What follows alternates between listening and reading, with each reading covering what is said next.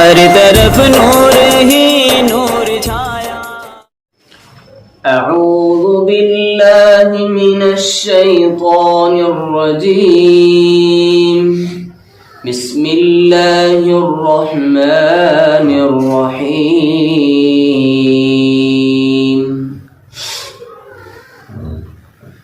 ان الذین آمنوا وعملوا الصالحات كانت لهم جنات الفردوس نزلا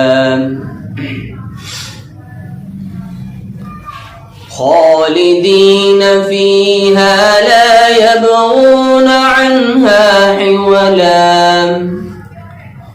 قل لو كان البحر مدادا لكلمات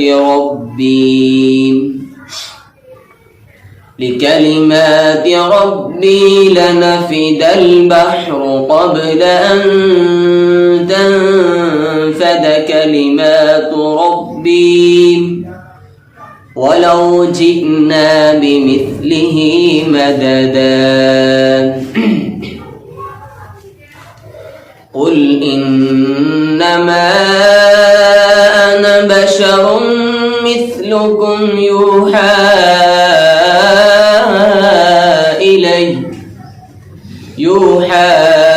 إلي أنما إلهكم إله واحد فمن كان يرجو لقاء ربه فليعمل عملا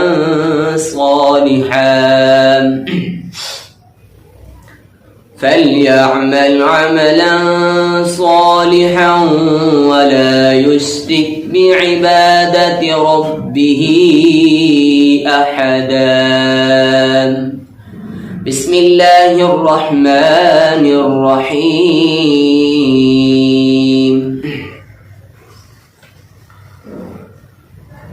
أرأيت الذي يكذب بالدين فذلك الذي يدع اليتيم ولا يحض على طعام المسكين فويل للمصلين الذين هم عن صلاتهم ساهون الذين هم يراءون ويمنعون الماعون. بسم الله الرحمن الرحيم. والعاديات ضبحا فالموريات قدحا فالمغيرات صبحا فأثرن به نقعا فوسطن به جمعا. إن الإنسان لربه لكنود وإنه على ذلك لشهيد وإنه لحب الخير لشديد. أفلا يعلم إذا بعثر ما في القبور وحصل ما في الصدور إن ربهم بهم يومئذ لخبير. صدق الله العلي العظيم.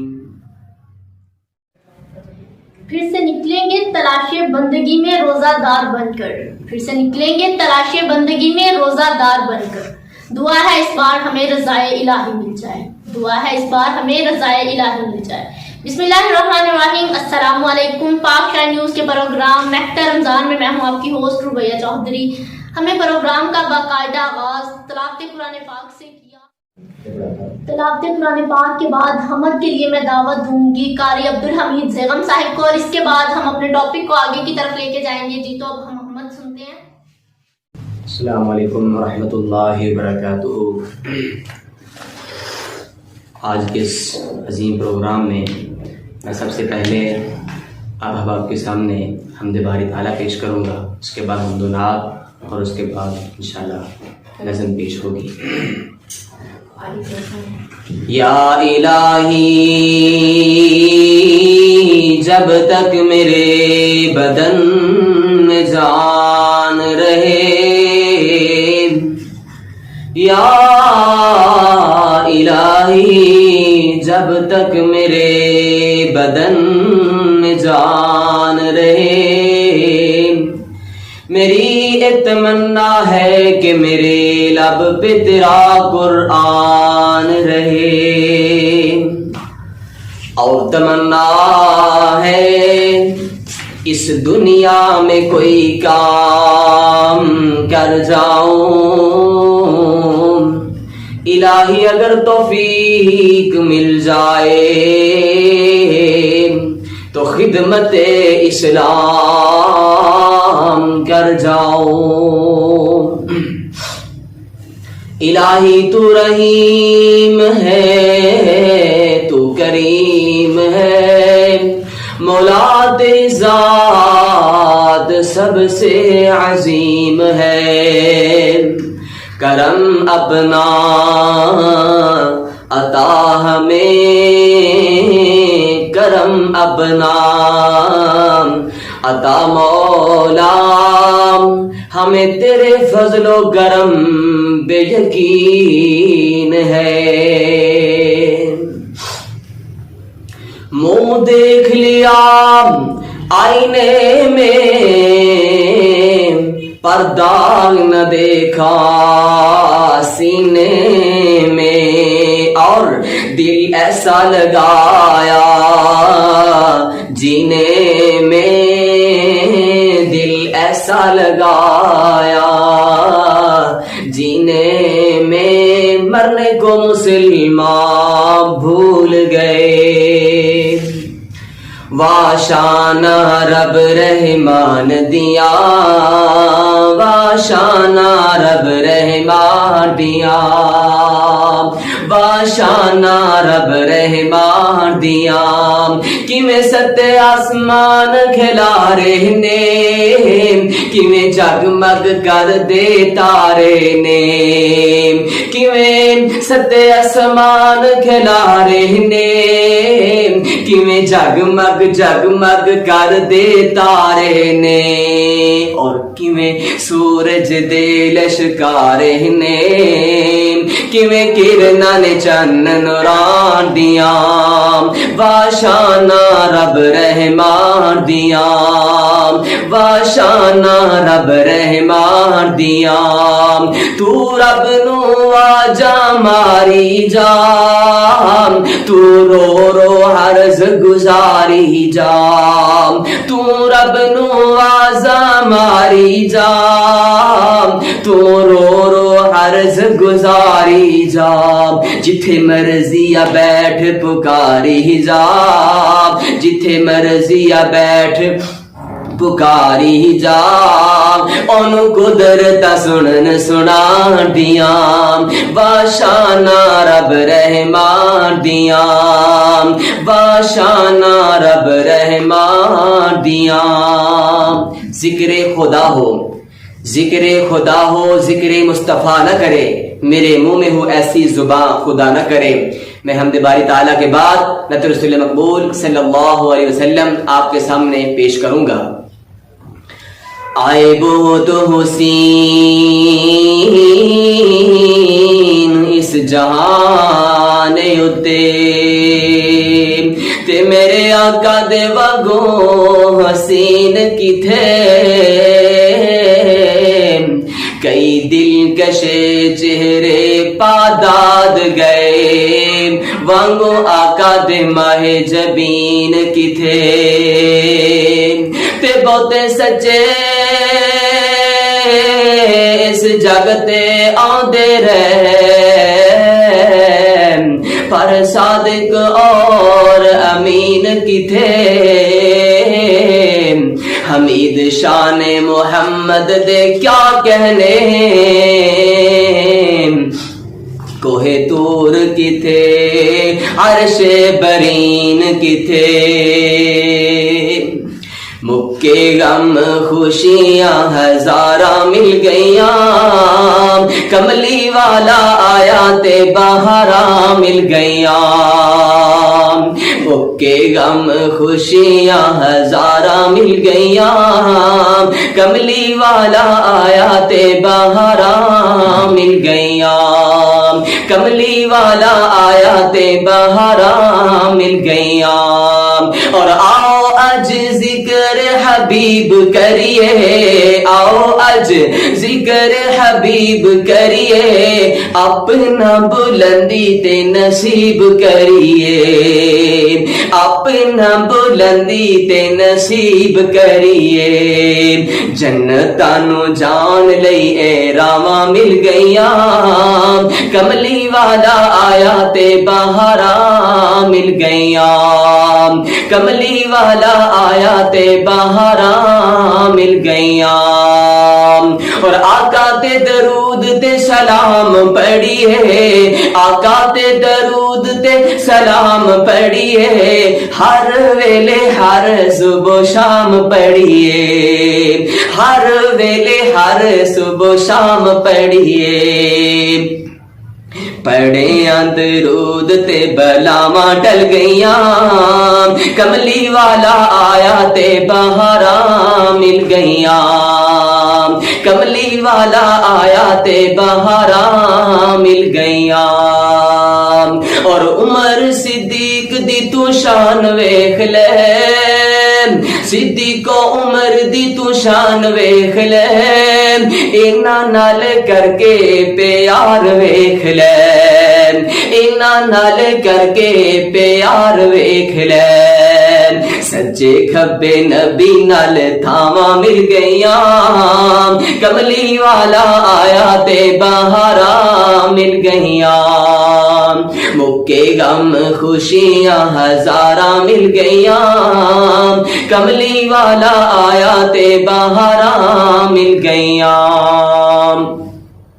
نعت رسول مقبول صلی اللہ علیہ وسلم ایک اور انداز میں سونے جیا مدنی جیا آقا جیا جگ وچ آیا ہی نہیں آپ جیسا رب نے بڑھایا ہی نہیں سونے جیا مدنی جیا آقا جیا جگ وچ آیا ہی نہیں آپ جیسا رب نے بڑھایا ہی نہیں اور جمیل بڑے بڑے تے حسین آئے نے جمیل بڑے بڑے تے حسین آئے نے لکے اللہ کولوں سچا دین آئے نے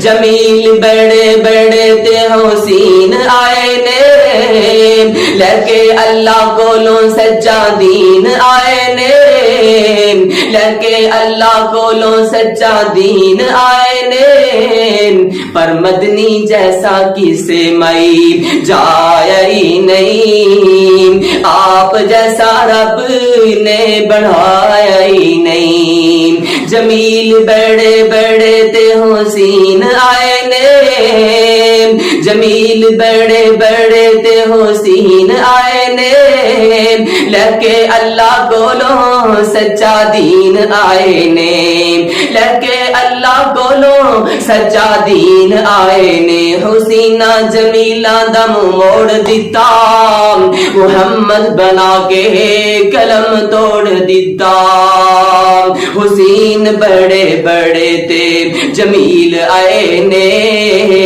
لکے اللہ کولوں سچا دین آئے نے پھر ود ایک دوجے تو ود ایک دوجے تو ذہین آئے نے پر مدنی جیسا کسے مئی جایا ہی نہیں سونے جیا مدنی جیا آقا جیا جگ وچ آیا ہی نہیں آپ جیسا رب نے بڑھایا ہی نہیں اور اللہ والوں ایسا اللہ والوں ایسا مولا والوں ایسا داتا والوں ایسا اخلاق پایا ہے صادق و امین سونے لقب پایا ہے صادق و امین سونے لقب پایا ہے پھر اونا نومی سونے پھر اونا نومی مدنی پھر اونا نومی آقا سینے نال لایا ہے کنہ نو جنہ کدی ہس کے بلایا ہی نہیں سونے جیا مدنی جیا آقا جیا جگ وچ آیا ہی نہیں آپ جیسا رب نے بنایا ہی نہیں اور قرآن اللہ والوں جی خزینہ ملیا قرآن اللہ والوں جی خزینہ ملیا شہراں وچوں مکہ تے مدینہ ملیا شہراں وچوں مکہ تے مدینہ ملیا اور نبیاں وچوں نبی نگینہ ملیا اور نبیاں وچوں نبی نگینہ ملیا کیوں ہور کوئی اکھ چ سمایا ہی نہیں آپ جیسا رب نے بنایا ہی نہیں سونے جیا مدنی جیا آقا جیا جگ وچ آیا ہی نہیں آپ جیسا رب نے بنایا ہی نہیں اور صفت انج انس بے مثال کیتی ہے رضی اللہ تعالی عنہ اور صفت انج انس نے بیان کیتی ہے آقا جی دی سیوا 10 سال کیتی ہے صفت انج انس نے بیان کیتی ہے صفت انج انس نے بیان کیتی ہے سونے دی میں سیوا 10 سال کیتی ہے آقا جی دی خدمت 10 سال کیتی ہے پھر سونے نے بھی شفقت پھر مدنی نے بھی شفقت پھر آقا نے بھی شفقت کمال کیتی ہے مینو کدی جھڑک یاد بایا ہی نہیں سونے جیا مدنی جیا آقا جیا جگ وچ آیا ہی نہیں آپ جیسا رب نے بنایا ہی نہیں اور فلکائے تے بدر منیر پہنچے فلکائے تے بدر منیر پہنچے ستایا آسماناں جاجیر پہنچے ستایا آسماناں جاجیر پہنچے کیڈا اچا شیما دا اے ویر پہنچے اینا اچا شیما دا اے ویر پہنچے جتھے رب کسے نو بلایا ہی نہیں آپ جیسا رب نے بنایا ہی نہیں سونے جیا مدنی جیا آقا جیا جگ وچ آیا ہی نہیں آپ جیسا رب نے بنایا ہی نہیں اور امت لئی ہر ویلے اور امت لئی ہر ویلے خیراں منگیاں امت لئی ہر ویلے خیراں منگیاں اے دلی دعاواں صبح سویرے منگیاں فلکائیں اتے پہنچ کے بھی فلکائیں اتے پہنچ کے بھی دعاواں منگیاں نبی اوتھے امت نو بلایا ہی نہیں آقا اوتھے امت نو بلایا ہی نہیں آپ جیسا رب نے بنایا ہی نہیں سونے جیا مدنی جیا آقا جیا جگ وچ آیا ہی نہیں، آپ جیسا رب نے بنایا ہی نہیں۔ السلام علیکم ورحمۃ اللہ وبرکاتہ۔ تلاشی علم کو تو پہنچ گیا کہاں سے کہاں تک جہان میں، تلاشی علم کو تو پہنچ گیا کہاں سے کہاں تک جہان میں، بتا تو صحیح وہ کون سا سبق ہے جو خدا نے نہیں دیا قرآن میں، بتا تو صحیح وہ کون سا سبق ہے جو خدا نے نہیں دیا قرآن میں۔ آج کا ہمارا ٹاپک ہے انسان، قرآن اور رمضان کا آپس میں تعلق۔ قرآن نبی کریم صلی اللہ علیہ وآلہ وسلم پر نازل کیا گیا اور رمضان المبارک کے بابرکت مہینے میں نازل کیا گیا۔ تورات، زبور اور انجیل وہ کتابیں جو کہ ایک ہی دفعہ ساری نازل کر دی گئی، پوری کی پوری کتاب ایک ہی دفعہ اتار دی گئی، مگر قرآن پاک چھوٹی چھوٹی آیات اور سورتوں کی شکل میں اتارا گیا، جو کہ تھوڑا تھوڑا حصہ الگ الگ ٹائم میں اتارا گیا۔ آج اسی کے بارے میں ہم اپنے ٹاپک کریں گے ڈسکس کہ قرآن پاک، انسان اور رمضان کا آپس میں کیا تعلق ہے۔ اس کے لیے ہمارے ساتھ موجود ہے رانا محمد شفیق اور نعت خواہ ہے غلام مصطفیٰ اور قاری عبدالحمید زیغم صاحب ہمارے ساتھ موجود ہیں، جن سے ہم آج اسی ٹاپک پر بات کریں گے۔ جی تو سب سے پہلے ہم آتے ہیں رانا شفیق صاحب کی طرف۔ جی السلام علیکم سر، کیسے ہیں آپ؟ طبیعت صحت ٹھیک ہے؟ جی تو آج کا ٹاپک ہمارا رمضان، قرآن اور انسان کا آپس میں کیا تعلق ہے، اسی پہ آپ نے ہمیں بتانا ہے کہ انسان کا اور قرآن کا کیسا تعلق ہے۔ بے شک قرآن ہمارے لیے ایک رہنمائی کی کتاب ہے، بہت اچھی گائیڈ ہے۔ جی الحمدللہ رب العالمین والعاقبۃ للمتقین والصلاة والسلام علی سید الانبیاء والمرسلین۔ اعوذ باللہ السمیع العلیم من الشیطان الرجیم، بسم اللہ الرحمن الرحیم۔ یا ایھا الذین آمنوا کتب علیکم الصیام کما کتب علی الذین من قبلکم لعلکم تتقون۔ آج کے اس پروگرام میں ہم نے 3 چیزوں کا آپس میں ایک تعلق دلائل کی روشنی میں پیش کرنا ہے۔ سب سے پہلے کہ انسان اور اس کے بعد قرآن اور اس کے بعد رمضان۔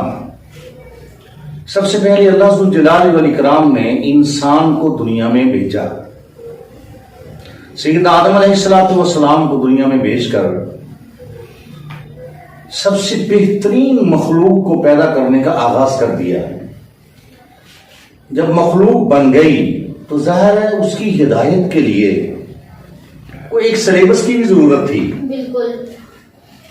تو اللہ ذوالجلال والاکرام نے انبیاء کرام کا ایک بہت بڑا 1,24,000 پیغمبروں پر مشتمل ایک بہت بڑا ایک سلسلہ قائم کیا، اور جب یہ لوگ بہت ساری تعداد میں پیدا ہونے شروع ہوئے تو انبیاء کرام کو بھی اللہ نے دنیا میں مبعوث کرنا شروع کر دیا۔ تو ایک سلیبس کے طور پر ہر نبی کے لیے کچھ نہ کچھ کتاب، کوئی الواح نوحی کی شکل میں، کچھ صحیفوں کی شکل میں، اور پھر اس کے اوپر 1,24,000 انبیاء میں سے کچھ اللہ نے رسول بھیجے اور کچھ انبیاء دنیا میں مبعوث کیے۔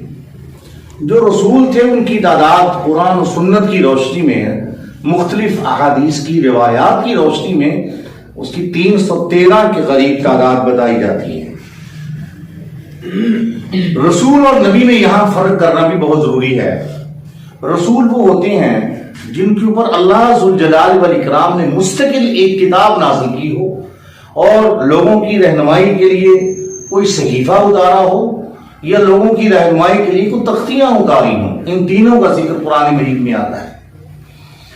تو سیدنا داؤد علیہ السلام پہ اللہ نے زبور کو نازل کیا، اور سیدنا موسیٰ علیہ السلام پہ اللہ نے انجیل کو نازل کیا، تورات کو نازل کیا، اور سیدنا عیسیٰ روح اللہ علیہ السلام پہ اللہ نے انجیل کو نازل کیا۔ یہ مشہور کتابیں ہمارے یہاں چلتی ہیں، اور صحف ابراہیمی کا ذکر بھی آتا ہے، الواح نوحی کا تذکرہ بھی آتا ہے۔ یہ ساری کتابیں انسانیت کی رہنمائی کے لیے تھیں۔ چونکہ انبیاء کرام کا سلسلہ جاری و ساری تھا، اور اللہ ذوالجلال والاکرام نے تمام انبیاء کے ادوار میں لا الہ الا اللہ ہر کسی نبی کو سکھانے کے بعد ان کو یہ حکم دیا یہ لا الہ الا اللہ ساری مخلوق کو جتنے بھی انسان کو سکھاؤ، مگر جو کلمے کا دوسرا حصہ تھا وہ تبدیل ہوتا رہا۔ یہ اس بات کی بھی اطلاع تھی کہ ابھی نبوت کا سلسلہ ختم نہیں ہوا۔ دیکھیں لا الہ الا اللہ آدم صفی اللہ، اور دیکھیں اس پہ بہت نکتے کی بات میں بتاؤں آپ کو، شاید پہلے آپ کے ذہن میں ہو کہ نہ ہو، کہ ہر نبی کے حصے میں نکتے کا وجود قائم رہا۔ آدم صفی اللہ لا الہ الا اللہ، موسیٰ کلیم اللہ لا الہ الا اللہ، آدم نوح رسول اللہ، نوح کے اوپر بھی نکتہ ہے، لا الہ الا اللہ ابراہیم خلیل اللہ، نکتے بڑھتے بھی گئے کم بھی ہوتے گئے۔ اور لیکن آقا علیہ الصلوۃ والسلام کی جب باری آئی کہ ان کو دنیا میں نے مبعوث کرنا ہے، تو لا الہ الا اللہ کے 12 حرف ہیں، ان کے اوپر بھی کوئی نقطہ اللہ نے نہیں لگایا۔ اس بات کی دلیل تھی کہ اللہ اپنی ذات میں اپنی صفات میں یکتا ہے، اور محمد الرسول اللہ صلی اللہ علیہ وآلہ وسلم کو جو اللہ پاک نے یہ کلمہ نازل کیا، ان لوگوں کو بتلا دیا جس طرح میری ذات واحد ہے اور میری بات بھی واحد ہے، میری ذات جیسی کسی کی ذات نہیں ہو سکتی اور میری بات جیسی کسی کی بات بھی نہیں ہو سکتی۔ اسی طرح جس نبی کو میں سب سے آخر میں بھیج رہا ہوں، اس کی ذات جیسی بھی کسی کی ذات نہیں اور اس کی بات جیسی بھی کسی کی بات نہیں۔ اور اللہ کی بات کو قرآن کہتے ہیں، اور محمد رسول اللہ صلی اللہ علیہ وسلم کی بات کو قرآن و سنت کے بعد سنت اور حدیث کہتے ہیں۔ اور حدیث کیا ہوتی ہے یہ بھی میں آپ کو بتاتا چلوں، شاید آپ کے علم ہے نہ ہو۔ قول رسول، فعل رسول اور تقریر رسول کو حدیث رسول کہتے ہیں۔ میرے آقا کا قول، میرے آقا کی تقریر کیا ہوتی ہے؟ یہ 2 نقطہ کاف کے ساتھ کر لیں اس کو، وہ چیز جو میرے آقا کے سامنے کی گئی، آپ خاموش رہے، نہ اس کو منع کیا اور نہ ان کو کرنے کا حکم دیا، وہ بھی تقریر ہے، وہ بھی حدیث کے اندر شامل ہے، وہ بھی سنت کے اندر شامل ہے۔ قول رسول، فعل رسول اور تقریر رسول کو حدیث رسول کہتے ہیں۔ اور میرا ایک کوسچن آپ سے، جی آپ نے یہ الفاظ بولے کہ نبی پاک کے سامنے جو کام ہوا انہوں نے اس بات سے نہ تو روکا نہ ہی کرنے کا حکم دیا، تو یہ بھی کہا جاتا ہے کہ نبی پاک نے یہ کام نہیں کیا، یہ کام ہمیں بھی نہیں کرنا چاہیے، مگر ان کی آنکھوں کے سامنے ہوا، انہوں نے غلط بھی نہیں کہا اسے۔ اس کے بارے میں دیکھیں، جو کام میرے آقا کی موجودگی میں ہوا، آپ خاموش ہو گئے، ان کی رضامندی کی علامت ہے، اور جس چیز پہ رضامندی ہو وہ کلیئر ہوتا ہے، اس کے اوپر سوال پوٹ ہی نہیں ہوتا۔ میرے آقا علیہ الصلوۃ والسلام کے سامنے صحابہ کرام کی جماعت کھانا کھا رہی ہے، گوشت ہے کسی جانور کا، حضرت کو فرمایا، حضرت آپ بھی تناول فرمائے، آپ نے فرمایا یار میرے علاقے میں یہ جانور ہوتا نہیں ہے، ان کو روکا نہیں، انہوں نے کھایا اور آپ نے نہیں کھایا، مطلب وہ حلال رہا، مطلب ان کے لیے وہ بہتر تھا، بہتر تھا۔ جیسے ہم کہتے ہیں میں کٹے کا گوشت نہیں کھاتا، جی اس کا مطلب یہ ہے کہ کٹے کا گوشت کھانا ہے، بڑا گوشت کھانا، یہ اللہ معاف کرے، غلط بات نہیں ہے۔ آپ نہیں کھا رہے، باقی تو کھا سکتے ہیں۔ خاموشی کا اظہار، دیکھیں میں اس کے اوپر ایک مثال دیتا ہوں۔ ایک باقرہ لڑکی ہے نا جی، جوان بچی، اس کی شادی ہے، اگر اس کو پوچھا جائے کہ تجھے فلاں لڑکا قبول ہے، وہ اس کی خاموشی اس کی رضامندی کی علامت ہے۔ یہ میں مثال دے کے سمجھا رہا ہوں، رسول اللہ صلی اللہ علیہ وسلم کا خاموش رہنا رضامندی کی علامت تھی، اس لیے وہ کام سنت بن گیا۔ سمجھیں بات۔ اب آقا علیہ الصلوۃ والسلام کے اوپر جب یہ قرآن، اس کے بعد یہ کلمہ طیبہ کی میں نے وضاحت اس لیے کی ہے کہ میرے آقا صلی اللہ علیہ وسلم کی نبوت ختم ہو چکی ہے، ختم نبوت کی مہر محمد رسول اللہ کے آنے کے بعد ختم ہے، کوئی نبی نہیں آئے گا۔ جس طرح سے کوئی نبی نہیں آئے گا، اس طرح سے جو قرآن میرے آقا علیہ الصلوۃ والسلام پہ اللہ نے نازل کیا، اس قرآن کے بعد قرآن کی ایت بھی کوئی نازل نہیں ہوگی۔ قرآن کو اللہ ذوالجلال والاکرام نے مکمل کر دیا یہ کہہ کر الیوم اکملت لکم دینکم اتممت علیکم نعمتی ورضیت لکم الاسلام دینا، میں نے آج کے دن قرآن مجید کو مکمل کر دیا ہے، اور اس نعمت جو میں نے نازل کی ہے اور میں نے اس کو تکمیل اس کی کر دی ہے۔ اب کسی بندے کو اپنی طرف سے آیات کے بنانے کا شروع سے اختیار ختم ہے، اب بھی ختم ہے۔ جس طرح سے اللہ کا قرآن نازل نہیں ہوگا، اسی طرح محمد رسول اللہ صلی اللہ علیہ وسلم کی ذات گرامی جیسی کوئی ذات بھی نہ اس دنیا میں آ سکتی ہے نہ آئے گی، بلکہ مجھے یہ کہنا پڑے گا کہ رسول اللہ صلی اللہ علیہ وسلم کی وہ شان ہے، یہ قرآن کے حوالے سے بات کر رہا ہوں، وہ شان ہے اگر اس وقت زندہ ہو کر سیدنا موسیٰ بھی آ جائیں، کیا خیال ہے یہودی اکٹھے ہو کر کہیں گے کہ لا الہ الا اللہ موسیٰ کلیم اللہ؟ سوال ہی پیدا نہیں ہوتا، بلکہ میرے آقا نے یہ کہا کہ اگر میری موجودگی میں کون موسیٰ بھی آ جائے لَوَسِعَهُ إِلَّا اتِّبَاعِي، جب تک میری پیروی نہیں کرے گا اس وقت تک اس کا گزارا بھی نہیں ہوگا. اچھا، حضرت موسیٰ کے حوالے سے یہ بھی کہا جاتا ہے کہ حضرت موسیٰ نے نبی پاک سے گزارش کی تھی کہ اے نبی، جب میں دوبارہ زمین پر اتارا جاؤں تو میں آپ کی امت میں سے کہلواؤں. یہ روایات ایسی ملتی ہیں جی. یہ روایات ایسی ملتی ہیں، اس کو کہتے ہیں یہودی روایات ہیں، جن کی ہم تصدیق بھی نہیں کر سکتے، تکذیب بھی نہیں کر سکتے. اچھا جی جی، لیکن ایسی روایات ملتی ہیں. لیکن یہ بات صحیح ہے، میرے آقا نے مدینہ کے اندر خود فرمایا تھا اس وقت جب سیدنا عمر فاروق رضی اللہ تعالیٰ عنہ انجیل یا تورات کا ورقہ پڑھ رہے تھے. آپ نے دیکھا ہے عمر میری موجودگی میں تورات یا انجیل پڑھی جاتی ہے، حالانکہ میں زندہ ہوں. پھر فرمایا تھا اگر موسیٰ زندہ لو کان حیا، اگر موسیٰ زندہ ہو کر بھی یہاں آ جائیں لا وسعہ الا اتباعی، تو جب تک وہ میری پیروی نہیں کریں گے اس وقت تک ان کا گزارا نہیں ہو سکتا. اور عیسیٰ دنیا میں دوبارہ آئیں گے، کون سا کلمہ پڑھیں گے؟ لا الہ الا اللہ محمد رسول اللہ. دنیا کا کوئی عیسائی حضرت عیسیٰ کی موجودگی میں لا الہ الا اللہ عیسیٰ اللہ نہیں کہہ سکے گا. یہ اس بات کی دلیل ہے میرے آقا علیہ الصلوۃ والسلام کی نبوت ختم ہو چکی ہے، لیکن ان کی کرنیں، ان کی شعائیں، ان کی شریعت آج بھی موجود ہے، جس کا ذکر کرنے کے لیے آج ہم اکٹھے ہوئے ہیں. یہ میں نے ثابت کر دیا کہ انسانیت کے لیے اللہ نے آسمان سے قرآن نازل کیا ہے. اور پھر قرآن مجید کے اندر آتا ہے اِنَّا عَرَضْنَا الْأَمَانَةَ عَلَى السَّمَاوَاتِ وَالْأَرْضِ وَالْجِبَالِ فَأَبَيْنَ أَن يَحْمِلْنَهَا وَأَشْفَقْنَ مِنْهَا وَحَمَلَهَا الْإِنسَانُ. ہم نے قرآن کو زمینوں پہ پیش کیا، ہم نے پہاڑوں پہ پیش کیا، ہم نے آسمانوں پہ پیش کیا. فَأَبَيْنَ، تمام نے انکار کر دیا کہ ہم اس سے بوجھ کو اٹھانے کی طاقت نہیں رکھتے. وَحَمَلَهَا الْإِنسَانُ، قرآن نے کہا وَحَمَلَهَا الْإِنسَانُ، اس انسان نے اس کے بوجھ کو برداشت کر لیا. جس طرح حَمَلَهَا الْإِنسَانُ اللہ نے کہا، ادھر کیا فرمایا؟ شہر رمضان الذی انزل فیہ القرآن. اس ماہ مقدس میں جس کو رمضان کا نام دیا جاتا ہے، اسی ماہ مقدس کے اندر اللہ نے اس قرآن کو نازل کیا. کس کے اوپر نازل کیا؟ انسان کے اوپر نازل. کیسے نازل ہوا اس کی وضاحت میں کرنا چاہوں گا. میرے آقا علیہ الصلوۃ والسلام 40 دن تک غار حرا میں جاتے رہے، اور پورا واقعہ مشہور ہے، چھوٹی چھوٹی کتابوں میں موجود ہے. ایک دن آسمان سے فرشتہ آیا، اس نے آپ کے جسم آقا کو خوب دبایا. یہ واقعہ حدیث کی صحیح بخاری شریف میں موجود ہے، صحیح مسلم شریف میں موجود ہے، ابن ماجہ شریف میں موجود ہے، مسند امام احمد بن حنبل کے اندر موجود ہے، اور مسند دارمی کے اندر موجود ہے، مسند شافعی کے اندر موجود ہے، اور ایسے ہی سنن ابی داؤد شریف کے اندر موجود ہے، جامع ترمذی کے اندر موجود ہے. حدیث کی ہر کتاب کے اندر یہ واقعہ موجود ہے. میرے آقا علیہ الصلوۃ والسلام کے جسم اطہر کو وہ دبایا، اتنا دبایا کہ آپ کے جسم اطہر سے پسینہ چھوٹ گیا. اس نے کہا اقرا، حضرت پڑھیے. میرے آقا فرماتے ما انا بقاری، میں نے کسی سے پڑھا ہی نہیں، میں کیا پڑھوں، میرا دنیا میں استاد ہی کوئی نہیں، میں کیا پڑھوں. فرشتے نے پھر خوب اتنا دبایا، آپ کے جسم اطہر سے پھر پسینہ چھوٹ گیا. پھر وہ کہتا اقرا یا محمد صلی اللہ علیہ وسلم، حضرت پڑھیے. ما انا بقاری، میں نہیں پڑھ سکتا، میرا دنیا میں استاد ہی کوئی نہیں، میں کس سے پڑھوں، کیا پڑھوں. اس نے پھر دوبارہ تیسری دفعہ دبایا، پھر آپ کے جسم اطہر سے خوب پسینہ جو ہے پاک پسینہ وہ چھوٹ گیا. میرے آقا فرمانے لگے ما انا بقاری، کیا پڑھوں میں کسی سے پڑھا ہی نہیں ہے. چوتھی دفعہ اس نے کہا اقرا باسم ربک الذی خلق خلق الانسان من علق اقرا وربک الاکرم الذی علم بالقلم علم الانسان ما لم یعلم. پڑھیے اپنے اس بزرگ و برتر رب کا نام جس نے پیدا کیا. کس کو پیدا کیا؟ خلق الانسان من علق، خون کے لوتھڑے سے انسان کو پیدا کیا. وَعَلَّمَ الْإِنسَانَ مَا لَمْ يَعْلَمْ وَعَلَّمَ الْإِنسَانَ مَا لَمْ يَعْلَمْ. اللہ نے انسان کو وہ چیزیں سکھائیں جو اس کو پہلے نہیں سکھائی تھی.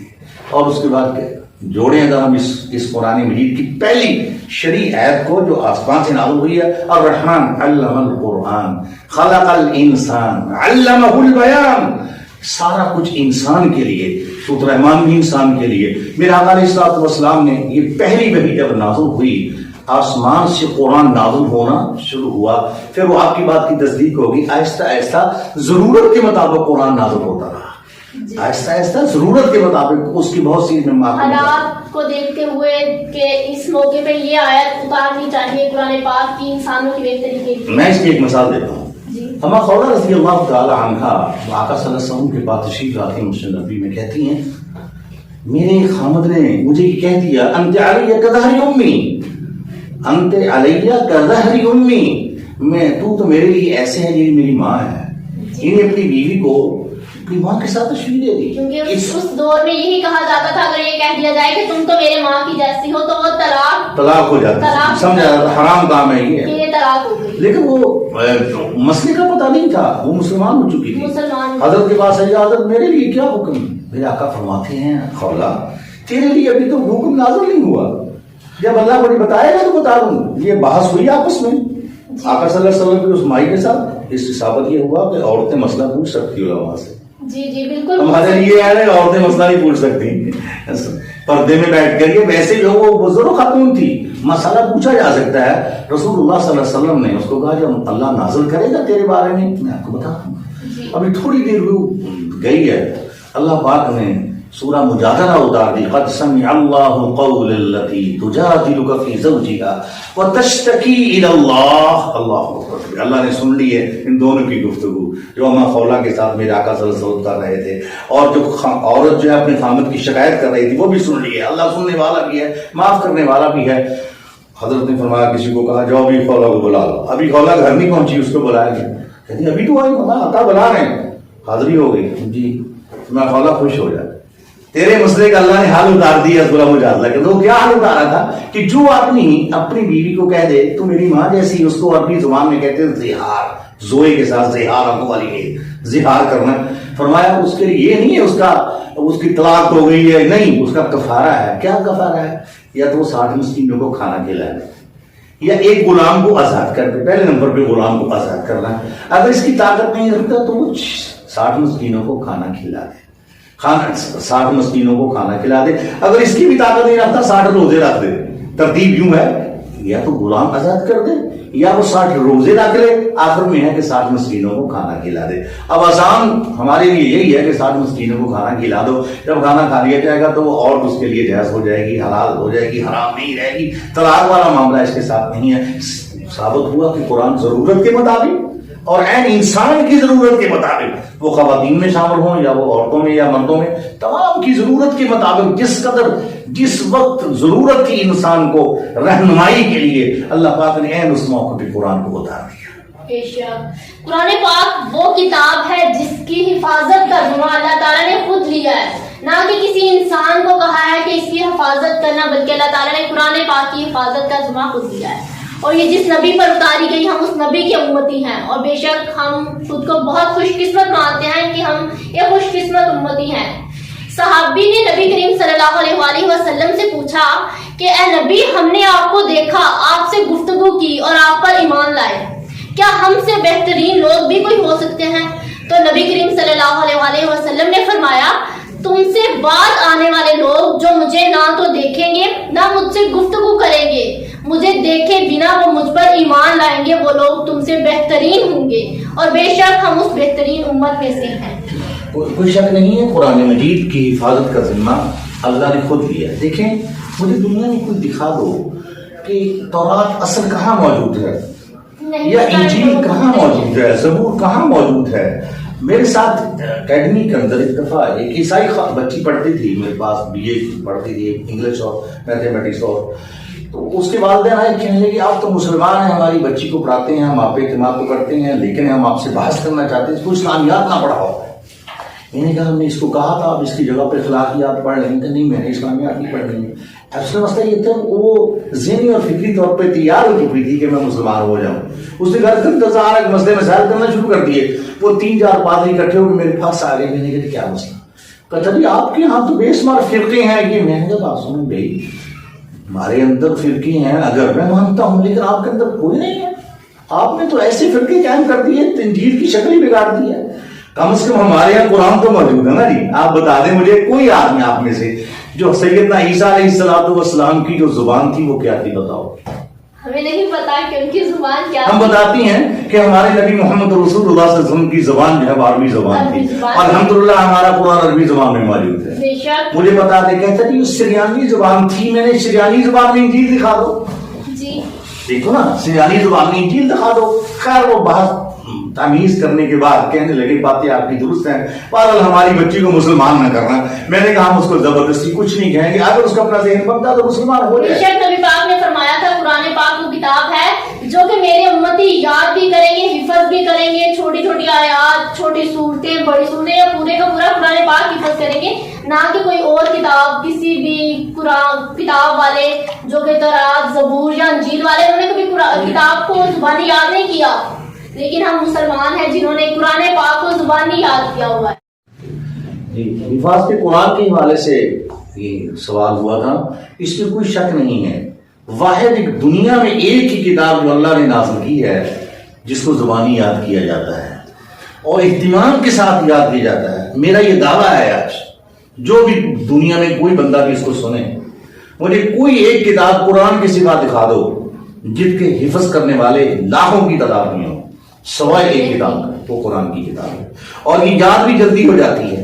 اور میں حیران ہوتا ہوں، میرے مدرسے کے اندر ایسے ایسے بچے اللہ نے بھیجے جنہوں نے ایک سال کے اندر نہیں 6 ماہ کے اندر قرآن پاک کو حفظ کیا، اور آج بھی وہ موجود ہیں، وہ قرآن و سنت پہ کام بھی کر رہے ہیں۔ یہ اللہ ذو الجلال والاکرام کی خاص کرم نوازی ہے قرآن کے الفاظ پہ۔ کیوں؟ یہ قرآن عربی زبان میں ہے، اور اس سے اور بات کروں میں، دنیا کی کوئی کتاب رٹی نہیں جا سکتی۔ مجھے بتا دیں کسی بندے کو اتنی بڑی ضخیم کو انگریزی میں کوئی بک زبانی حفظ ہو اور جس کی بار بار ریسیٹیشن کی جاتی ہو، صرف قرآن ایک ایسی کتاب ہے، یہ اللہ کا کرم ہے۔ کیوں؟ اس کی نازل کرنے والا اللہ ہے، باقی کتابیں زمین پہ بنی ہیں، زمین پہ لکھنے والے لوگ موجود ہیں، اور جس کتاب کو اللہ نے قرآن مجید کو عربی زبان، یہ عربی زبان یہ ایسی میٹھی زبان ہے جس کو رٹا جا سکتا ہے، جس کو یاد کیا جا سکتا ہے، حفظ کیا جا سکتا ہے، اور دنیا کی اور کسی زبان کو اس طریقے سے حفظ نہیں کیا جا سکتا۔ یہی حفاظت قرآن کی بہت بڑی دلیل ہے۔ ویسے اللہ نے خود بھی کہہ دیا اِنَّا نَحْنُ نَزَّلْنَا الذِّكْرَ وَإِنَّا لَهُ لَحَافِظُونَ، ہم نے اس کو نازل کیا اور ہم ہی اس کی حفاظت کرنے والے ہیں۔ اس کی زیر میں، اس کی زبر میں، اس کی شک میں، اس کے مد میں آج تک کوئی فرق نہیں ہوا۔ کیوں؟ فرق کیسے ہو؟ جس کے لاکھوں لوگ سینے میں محفوظ کیے ہوئے ہوں، کوئی تبدیل کر کے تو دیکھو وہ تبدیل ہو ہی نہیں سکتی۔ یہ بہت بڑی دلیل تھی انسانیت کے لیے، اے انسان تجھے ہم نے وہ سلیبس دیا ہے جس میں کوئی چینج ہی نہیں ہو سکتی۔ دیکھو دنیا کے سلیبس چینج ہوتے ہیں ضرورت کے مطابق، لیکن اللہ نے 23 سال کے عرصے کے اندر اس سلیبس کو انسان کی ہدایت کے لیے ایسے نازل کر دیا، اور وہ بھی رمضان مبارک کے اندر۔ اور رمضان مبارک میں کیوں نازل کرنا شروع کیا؟ مکمل نہیں کیا۔ کیوں شروع کیا نازل کرنا رمضان مبارک کے اندر؟ اس لیے کہ رمضان اللہ ذو الجلال والاکرام نے ایک ریفریشر کورس بنایا۔ کس کے لیے؟ انسان کے لیے۔ اور ریفریشر کورس ایسا بنایا کہ اس کا تعلق جوڑ دیا۔ کیسے تعلق جوڑا؟ انسان قرآن کے بغیر بیکار ہے۔ کیوں؟ نماز تو جو نہیں پڑھتا وہ تو انسان ہے ہی نہیں اگر وہ مسلمان ہے۔ اب نماز میں جب وہ شروع کرے گا الحمدللہ رب العالمین پڑھے گا، وہ قرآن ہے۔ قل هو اللہ احد، قرآن پاک کو نماز میں بھی رکھا ہے کہ انسان یاد کرے اسے۔ دنیا کی کوئی بہترین چیز جو مسلمان کے لیے، مثلا نماز ہے اس میں قرآن ہے، روزہ ظاہر ہے وہ قرآن کے بغیر نامکمل ہے، اور اس کے بعد حج دیکھیں قرآن کے بغیر نامکمل ہے۔ ربنا آتینا فی الدنیا، میرے آقا فرماتے ہیں بار بار پڑھو جو حج پہ جاتا ہے، عمرے پہ جاتا ہے، عمرہ قرآن کے بغیر نامکمل ہے۔ سب سے بڑی بات نکاح قرآن کے بغیر نامکمل ہے۔ میرے آقا نکاح کے موقع پہ بھی قرآن پڑھا کرتے تھے، 3 آیتیں، یا ایھا الذین آمنوا اتقوا اللہ حق تقاتہ ولا تموتن الا وانتم مسلمون۔ اور میرے آقا فرماتے ہیں کل امر ذی بال لم یبدأ بسم اللہ فهو اقطع، جو کام بھی بغیر بسم اللہ پڑھے کیا جائے وہ فضول کام ہے، وہ ادھورا کام ہے۔ اب بسم اللہ الرحمن قرآن کا حصہ ہے، بسم اللہ کے بغیر کیا ہوا کام وہ بیکار کام ہے، لیکن ہم لوگ غور نہیں کرتے، ہم لوگ فکر سے کام۔ آج کا یہ پروگرام یہ پیغام ہے پوری دنیا کے لیے، یہ پیغام ہے میرے برادر، انسان کا جب تک ہم تعلق قرآن سے نہیں جوڑیں گے، اور پھر قرآن کیا ہے انسان کی پوری رہنمائی۔ دیکھیں میں سورۃ بقرہ کو دیکھتا ہوں، جب سورۃ بقرہ مدنی سورت ہے، اور مدنی صورتیں جتنی بھی قرآن کی ہیں وہ تمام کی تمام قوانین ہیں، وہ ضابطے ہیں، وہ آئین کی ایک شرک ہے ہمارے پاس۔ مثلا سورۃ بقرہ کی دوسرے پارے کے اندر طلاق کا ذکر ہے، نکاح کا ذکر ہے، اور سورۃ بقرہ کے دوسرے پارے کے اندر ہی روزے کا ذکر ہے۔ جتنے بھی مسائل ہیں وہ اللہ نے مدنی صورتوں میں بیان کر دیے ہیں، اور جتنا عقیدہ تھا توحید کا وہ اللہ نے مکی صورتوں کے اندر بیان کر دیا ہے۔ تمام صورتیں قرآن مجید کے اندر رہنمائی دیتی ہیں، مگر مدنی صورتیں ہمارے لیے قانون ہیں۔ ہمارے لیے ایک آئین کی. کیوں؟ میرے آقا علیہ الصلوۃ والسلام کو جو مدینہ منورہ کے اندر آپ تشریف لائے تھے، ہجرت کے بعد نازل ہونے والی صورت کو کون سی صورت کہتے ہیں؟ مدنی صورت کہتے ہیں. اور ہجرت سے پہلے نازل ہونے والی صورت کو مکی صورت کہتے ہیں. اور مدینہ میں آنے کے بعد آپ نے ایک ریاست کا قیام کیا، ایک لمیٹڈ سسٹم بنا دیا. روزہ بھی فرض کب ہوا؟ مدینہ میں آ کر. زکوٰۃ کب فرض ہوئی؟ مدینہ میں آ کر. ہجرت کے بعد فرض ہوئی ہے. جہاد کب فرض ہوا؟ مدینہ میں آ کر. یعنی جتنے بھی قوانین تھے، جو آئین تھا، وہ سارے کا سارا جو ضابطہ تھا، جو ہمارے لیے ایک ضابطہ اخلاق تھا، وہ اللہ نے مدینہ میں آ کر نازل کرنا شروع کر دیا تھا. اور میرے آقا علیہ الصلوۃ والسلام 10 سال مدینہ میں رہے، اس کے بعد اللہ کو پیارے ہوئے ہیں، اور 10 سال کے اندر پورا قانون بیان کر دیا. وراثت بیان کر دی. سورہ نساء کو آپ کھول کے دیکھیں گے، اس میں پوری وراثت. سورت نساء کا دوسرا رکوع، یوصیکم اللہ فی اولادکم، پوری وراثت. اللہ کی شان دیکھیں، وراثت کا قانون اگر دیا ہے تو قرآن نے دیا ہے. انجیل نے وراثت کا قانون نہیں دیا، اور حافظ صاحب اور تورات نے وراثت کا قانون نہیں دیا، زبور نے وراثت کا قانون نہیں دیا. پوری کائنات میں اس وقت جتنے بھی لوگ انسانی حقوق کے دعوے دار، عالم دار بنے بیٹھے ہیں، کسی ایک نے آج تک وراثت کا قانون ہمیں پیش نہیں کیا. لیکن قرآن نے پوری ایک رکوع کے اندر پوری وراثت کو بیان کر دیا ہے. الحمدللہ ثم الحمدللہ. یہ اسلامائزیشن کو شرف حاصل ہے، اور قرآن سلیبس نے ہمیں یہ دیا ہے کہ وراثت کا قانون کیا ہوتا ہے، بچی کا کتنا حق ہے، بیٹے کا کتنا حق ہے، اگر 2 بیٹے کتنا حق ہے، 3 بیٹے کتنا حق ہے، اور بچی کا کتنا حق. اللہ نے تمام کو حقوق دے دیے، اور یہ درہ امتیاز کس کا؟ یہ قرآن اور انسان کے آپس میں تعلق کا ہے. میں دوبارہ آپ کی طرف آتی ہوں. اب جیسا کہ قرآن پاک وہ کتاب ہے جو ایک بچہ پڑھے یا بڑا پڑھے، سب کے لیے رہنمائی کی کتاب ہے. چھوٹے بچوں کی کتاب ہوتی ہے الف انار اور بے بکری والی کتاب، جس کو کوئی بڑا کبھی بھی نہیں پڑھے گا شوق سے، کیونکہ اس کے لیے اس میں کوئی سبق نہیں ہے. اور بڑی کتابیں دیکھی جائیں جو کہ بڑے پڑھتے ہیں، وہ بچہ کبھی نہیں پڑھے گا، کیونکہ اسے اس کی سمجھ ہی نہیں آئے گی. مگر قرآن پاک ایسا ہی ہے کہ چھوٹا بچہ پڑھے، بڑا پڑھے، سب کے لیے اس میں کوئی نہ کوئی رہنمائی کی بات ضرور ہوگی. اسی کے لیے ہم انسان کا اور قرآن کا کیا تعلق ہے، قاری عبدالحمید زغم کی طرف چلتے ہیں کہ وہ ہمیں اس کے بارے میں مزید آگاہ کریں. قرآن اور انسان کا تعلق. نحمدہ و نصلی علی رسولہ الکریم، اما بعد. ربیبہ جی، آپ سوال کر رہی تھی کہ رمضان انسان کا اور قرآن کا آپس میں تعلق کیا ہے. اس کے حوالے سے اس طرح رب العالمین نے اپنی پاک کلام میں خود اعلان فرما دی، انا نحن نزلنا الذکر وانا لہ لحافظون، کہ میں نے اس کو نازل خود کیا ہے اور اس کی حفاظت کا ذمہ میں نے خود لے لیا ہے. اس کے حوالے سے اور انسان کا قرآن کا آپس میں تعلق کیا ہے. اگر قرآن نہ ہوتا تو شاید ہم زندگی بسر نہ کر سکتے. ہمارے پاس رہنمائی کے لیے کچھ ہوتا ہے، ہمارے لیے رہنمائی کی بہت عظیم کتاب ہے، چلنے والا راستہ ہم نے رب العالمین نے عطا کیا، یہ قرآن کی صورت میں عطا کیا. نبی مکرم رحمت عالم جناب محمد رسول اللہ صلی اللہ علیہ وآلہ وسلم کے دور میں جس موقع پر بھی مومنوں کو، مسلمانوں کو یہ ضرورت پڑی تو رب العالمین نے قرآن کے ذریعے رہنمائی فرمائی. اور جب غزوہ بنی مصطلق کا موقع تھا، اس وقت میری اور آپ کی اماں جان سیدہ عائشہ صدیقہ رضی اللہ تعالی عنہا، ان کا ہار گم ہو گیا. تو اس حوالے سے شیخ صاحب موجود ہیں ماشاءاللہ، تو اس حوالے سے بہت ساری نصیں اس بارے میں ملتی ہیں. تو مومن سارے پریشان ہو گیا، اب کیا کریں. اگر قرآن کا انسان کے ساتھ تعلق نہ ہوتا تو اس وقت مومن کیا کرتے. اس وقت رب العالمین نے اپنی خاص رحمت سے قرآن نازل کر دیا کہ اگر مومنوں کو، مسلمانوں کو اس موقع پر ایسی پریشانی آ جائے، اس وقت پانی نہ ملے تو تیمم کے ساتھ، مٹی کے ساتھ تیمم کر کے نماز پڑھ لیں. فَتَيَمَّمُوا صَعِيدًا طَيِّبًا.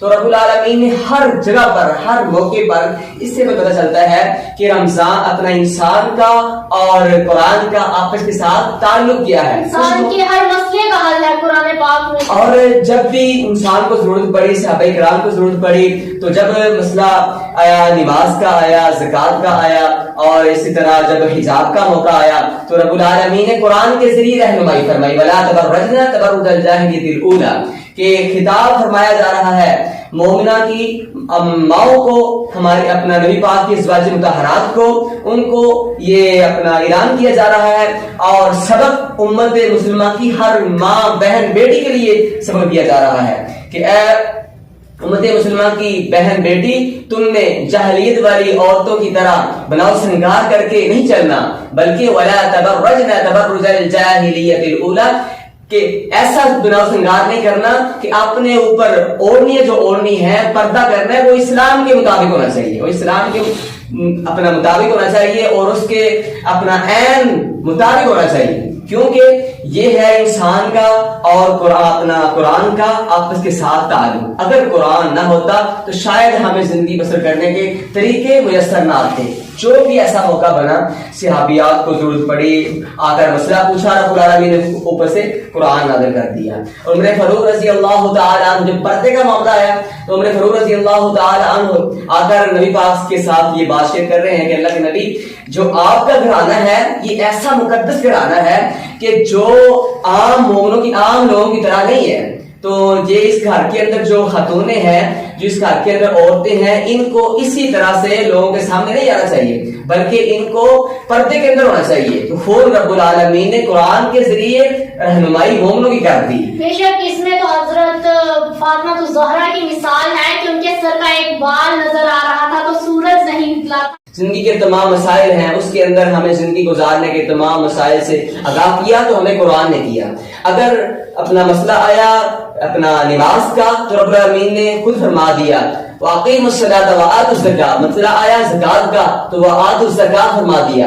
اور جگہ جگہ پہ رب العالمین نے جگہ جگہ پہ قرآن کے اندر فرما دیا کہ وَأَقِيمُوا الصَّلَاةَ، تم نماز قائم کرو، وَآتُوا الزَّكَاةَ، تم زکات ادا۔ مبارک کا آیا تو روزوں کی بات ہوئی تو رب العالمین نے اپنی پاک کلام کے ذریعے ہمیں رہنمائی فرمائی، یا ایھا الذین آمنوا کتب علیکم الصیام کما کتب علی الذین من قبلکم لعلکم تتقون۔ اس کے اندر بہت ساری باتیں ہمیں سمجھا دی گئی ہیں کہ اے لوگوں ایمان والو، یا ایھا الذین آمنوا کتب علیکم الصیام، کہ تم پر روزے فرض کر دیے گئے ہیں۔ تو اس کے اندر یہ ایک سوال انسان کے ذہن کے اندر آ سکتا ہے کہ صرف ہمارے اوپر فرض کر دیے گئے ہیں؟ نہیں، بلکہ رب العالمین نے آپ خود اعلان کر دیا کما کتب علی الذین، کہ جس طرح اپنا فرض کر دیے گئے تھے روزے تم سے پہلے لوگوں پر، تاکہ تم اس سے فائدہ کیا اپنا حاصل کر سکو گے، لعلکم تتقون، تاکہ تم متقی اور پرہیزگار بن سکو گے۔ ہمیں یہ پتہ چلتا ہے کہ رمضان کا انسان کے ساتھ تعلق یہ ہے کہ جب انسان روزے رکھتا ہے تو انسان متقی اور پرہیزگار ہو جاتا ہے، اور جب انسان روزے رکھتا ہے کئی ساری اپنا پلاستوں سے، کئی سارے گناہوں سے انسان بچ جاتا ہے۔ انسان کا قرآن کے ساتھ تعلق یہ ہونا چاہیے کہ حالات جیسے بھی ہوں، حالات پریشانی والے ہوں، حالات جیسے بھی ہوں، ہر حالت میں قرآن پاک کو چھوڑنا ناممکن ہو انسان کے لیے۔ صبح بھی تلاوت کرے، شام بھی تلاوت کرے، اور رات کو سوتے وقت جو انسان تلاوت کرتا ہے، اس کے بارے میں نبی رحمت دعائے جناب محمد رسول اللہ صلی اللہ علیہ وسلم نے ارشاد فرمایا کہ جو انسان آیت الکرسی، رات کو آیت الکرسی پڑھ کے سو جاتا ہے، آیت الکرسی یہ تو قرآن کا حصہ ہے انسان کا۔ اس بارے میں رب العالمین نے فرمایا اللہ لا الہ الا هو الحی القیوم، یہ پوری آیت الکرسی رب العالمین نبی پاک علیہ السلام نے ارشاد فرمایا کہ جو انسان رات کو اپنے بستر پر لیٹنے سے پہلے جو انسان آیت الکرسی کا ورد کر لیتا ہے، انسان آیت الکرسی پڑھ لیتا ہے، اللہ کی طرف سے اس کے لیے حفاظت کنندہ ایک رب العالمین فرشتہ نازل کر دیتے ہیں، فرشتہ مقرر کر دیتے ہیں جو صبح تک کے لیے انسان کی حفاظت میں کھڑا رہتا ہے۔ تو یہ انسان کا تعلق ایسا قرآن کے ساتھ ہو، انسان ایسا وابستہ ہو قرآن کے ساتھ۔ میرے خیال کے اندر جیسے شیخ صاحب فرما رہے تھے تو کبھی بھی انسان اپنے روزمرہ زندگی کے اندر ایسی پریشانی اٹھا نہیں سکتا جس طرح ایسا انسان کا تعلق جڑا ہو قرآن کے ساتھ۔ اگر کوئی بھی مسئلہ درکار ہو جائے، پریشانی ہو جائے تو فوراً مدد طلب کرے قرآن سے۔ جب مدد ہم اپنا طلب کریں گے قرآن سے تو پھر کسی قسم کی پریشانی ہمیں معاشرے کے اندر آئے گی نہیں، ہمیں کوئی ایسا معاملہ پیش آئے گا نہیں جس کے اوپر ہم پریشان ہو سکیں گے، کیونکہ ہماری رہنمائی کون کر رہا ہے؟ اللہ پاک کا نام کر رہا ہے، جس کو رب العالمین نے آپ نازل کیا ہے، اس کی حفاظت کا ذمہ رب العالمین نے خود لے لیا ہے۔ یہ ہمارے لیے رہنمائی والی کتاب بہت عظیم کتاب ہے، اگر ہم اس کو سینے میں لگائے رکھیں گے، اس پر عمل کرتے رہیں گے تو انشاءاللہ ہماری دنیا بھی بہتر ہو جائے گی اور ہماری آخرت بھی بہتر بن سکتی ہے۔ اس کے ساتھ ہی میں نعت رسول مقبول کے لیے غلام مصطفیٰ سے فرمائش کروں گی کہ وہ نعت رسول مقبول سے پروگرام کو آگے کی طرف لے کے جائیں۔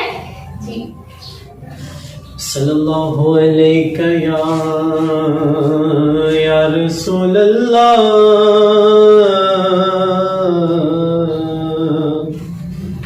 وسلم علیک یا حبیب اللہ. عشق محبوب میں جو جہاں سے گزر جاتے ہیں، عشق محبوب میں جو جہاں سے گزر جاتے ہیں، یہ حقیقت ہے کہ وہ لوگ سنور جاتے ہیں، یہ حقیقت ہے کہ وہ لوگ سنور جاتے ہیں، عشق محبوب میں. یہ نہ سوچو کہ وہ آئیں گے تو ٹھہریں گے کہاں، وہ تو خوشبو کی طرح ہر دل میں اتر جاتے ہیں، وہ تو خوشبو کی طرح ہر دل میں اتر جاتے ہیں، عشق محبوب میں جو جہاں سے گزر جاتے ہیں، یہ حقیقت ہے کہ وہ لوگ سنور جاتے ہیں، عشق محبوب میں. گھر سجا کر حضرت ایوب نے کہا، گھر سجا کر حضرت ایوب نے کہا کہ دیکھ لیتے ہیں حضور کدھر جاتے ہیں، دیکھ لیتے ہیں کہ حضور کدھر جاتے ہیں، عشق محبوب میں جو جہاں سے گزر جاتے ہیں، یہ حقیقت ہے کہ وہ لوگ سنور جاتے ہیں، عشق محبوب میں. پروگرام کو آگے کی طرف لے کے چلتے ہیں، شفیق صاحب کی طرف چلتے ہیں کہ وہ ہمیں رمضان المبارک، قرآن اور انسان کے تعلق کے بارے میں بتائیں. جب اللہ نے کہا اے ایمان والو، اس کے اندر عورتیں شامل ہیں کہ نہیں تاریخ صاحب؟ اس کے خواتین بھی شامل ہیں، مرد بھی شامل ہیں، لیکن جب عورتوں کے مسائل کا تذکرہ آیا، اللہ نے مستقل طور پر قرآن کی ایک صورت نازل کر دی، النساء. الرجال کوئی صورت نہیں ہے، مردوں کے لیے اسپیشل کوئی صورت نہیں ہے، لیکن عورتوں کے لیے النساء کا لفظ استعمال کر دیا. نساء امراتن کی جمع ہے، یعنی عورتوں کے اوپر پوری صورت اللہ نے نازل کر دی ہے، اور کتنی 20 رکوع کی صورت ہے، اور اس کے اندر وراثت کا تذکرہ ہے، حدود آرڈیننس ہے، سب کچھ کے اندر بیان کر دیا. اور پھر صورت نور کے اندر باقی مسائل بیان کر دیے، جو رہ گئے تھے وہ صورت احزاب کے اندر بیان کر دیے. خواتین کے لیے اتنا زیادہ اللہ نے قرآن مجید کے اندر احکامات نازل کیے، اتنے مردوں کے لیے نہیں کیے. کیوں؟ وہ تو مخصوص کر دی آمنوا کے اندر سارے شامل ہو گئے، مرد بھی شامل ہو گئے، عورتیں بھی شامل ہو گئی، لیکن جو عورتوں کے مسائل ان کے اندر عورتیں ہی شامل ہیں، مرد شامل ہے ہی نہیں ہے. اب پردے کے مسئلے تو عورت کو عزت دی ہے، مقام دیا ہے ایک عورت کو. لیکن اب یہاں فی زمانہ دنیا کے اندر عورت کو حقوق انسانی کے نام سے جو سامنے لایا جا رہا ہے، یہ اسلامائزیشن کی روح کے خلاف ہے. مقام تھا نا، انہیں مقام دو، مقام تو دے دیا اللہ نے، تو دے دیا. اب یہاں سب سے ماں کے رتبے پہ دیکھا جائے، اگر ماں کے روپ میں عورت کے قدموں میں جنت رکھ دی گئی ہے، اس سے زیادہ مقام تو نہیں ہو سکتا کہ عورت کے پیروں نیچے جنت ہے اگر ایک ماں ہو تو. بالکل بالکل صحیح بات ہے. دیکھیں جو بھی آپ بات کر رہے تھے کہ عورت کے قدموں کے لیے جنت ہے ماں کے روپ میں، اسی حوالے سے ساتھ رب العالمین یہ نبی رحمت صلی اللہ علیہ وسلم نے یہ بات بیان کر دی جب آپ علیہ السلام معراج پر گئے تھے. معراج دکھائی گئی تھی نبی پاک علیہ السلام کو خواب میں، تو اس حوالے سے نبی پاک علیہ السلام نے آ کر صحابہ کرام کو بتایا کہ مجھے بتایا گیا ہے کہ زیادہ کثرت تعداد عورتوں کی ہے جہنم کے اندر، اس لیے قرآن کے اندر مخاطب عورتوں کو کیا گیا ہے. جس طرح شیخ فرما رہے تھے کہ آمنوا پکارا گیا، اس میں صحابی شامل ہو گئے، لیکن مخصوص کیا عورتوں کو، اس لیے مخصوص کیا کیونکہ کثرت زیادہ عورتوں کی ہے جہنم کے اندر، کہ وہ لام تان زیادہ کرتی ہیں، اپنے خاندوں کی نشکری کرتی ہیں. اس حوالہ سے تو لازمی تو نہیں ہے. اب دیکھیں اگر ہر چیز کے دو پہلو ہوتے ہیں تو یہاں پہ بھی دو پہلو ہیں. اب ہم نے بہت سی رسمیں ہندوؤں کی اپنا لی ہوئی ہیں، جیسا کہ اب ہم جہیز لینا دیکھا جائے تو ہمارے اسلام میں وہ رسم نہیں تھی، ہم نے ہندوؤں سے بنا لی کیونکہ ہم نے ایک بہت لمبا عرصہ ہندوؤں کے ساتھ گزارا ہے. پاکستان کی آزادی سے پہلے ہم نے ایک بہت لمبا عرصہ ان کے ساتھ گزارا ہے. اس کے علاوہ بھی بہت سی چیزیں ہیں جو ہم نے اور مذہب والے یا ہندو کافر ان لوگوں سے اپنائی ہیں جو کہ ہمارے اسلام میں نہیں تھی. تو ان چیزوں کو پہلوؤں کو اگر دیکھا جائے تو ٹھیک ہے، ہمارے اسلام میں ابھی بھی پاکستان میں دیکھا جائے کہ بہت سے کام ہم غلط کر رہے ہیں. اب یہ عورت مارچ ہے جس میں کہ بہت کم ہوں گے جنہوں نے دوپٹے کو اپنے ساتھ رکھا ہے، دوپٹہ لیا سر پہ، ورنہ دوپٹہ نہیں تھا کسی کے سر پہ. تو اس کے بارے میں آپ دیکھیں عورت مارچ کی طرف ادھر آتے ہیں، انہوں نے عورت مارچ کا ذکر کیا تھا. عورت مارچ کے حوالے سے بہت ساری باتیں کہی جا سکتی، لیکن ہمارا موضوع جو ہے نا وہ اتنا اہم ہے کہ ہم زیادہ دیر اس کے اوپر بات نہیں کر سکتے. عورت مارچ کا لفظ ہی غلط ہے. بالکل اس لیے کہ عورت ہو اور پھر مارچ ہو، یہ ممکن نہیں ہے. عورت کا پردہ کا نام ہے نا جی، یا تو ساری عورتیں پردہ کر کے مارچ کریں پھر تو بات ہے نا. اب جب لفظ مارچ کے ساتھ عورت لگا دیا، نام کچھ اور لگائیں. نہیں، انہوں نے یہ ٹاپک یوز کیا نا، جہنم میں زیادہ تعداد عورتوں کی ہوگی کیونکہ وہ بے پردگی کرے گی. اس بات پہ یہ رسول اللہ صلی اللہ علیہ وسلم نے یہ بھی تو فرمایا سیدہ فاطمہ رضی اللہ تعالیٰ عنہ کو کہ تو جنت کی سردار ہوگی، جنت کی خواتین کی سردار ہوگی. اور پھر وہ بھی یہ بھی فرمایا کہ جو فرما بردار، دیکھیں فرما برداری میں جب وہ عورت بیوی بن جاتی ہے پھر وہ خاوند کی فرما بردار ہے. جب وہ بیٹی ہوتی ہے، کسی کی بیٹی تو رہتی ہے نا، تو پھر وہ اپنے ماں باپ کی فرما بردار ہے. اب یہ دونوں چیزیں ہیں، اگر وہ شوہر کی نافرمان ہے یا وہ ماں باپ کی نافرمان ہے پھر اس کے لیے جہنم ہے. اب دوسری طرف آتا ہوں، اگر مرد نافرمان ہے تو پھر وہ جنت میں نہیں جائے گا. بالکل یہ نافرمان ہے تو وہ دیکھو اب مرد ہے نا وہ بھی کسی ماں باپ کا نافرمان ہے. عورتوں کے لیے تو نہیں نا ہے.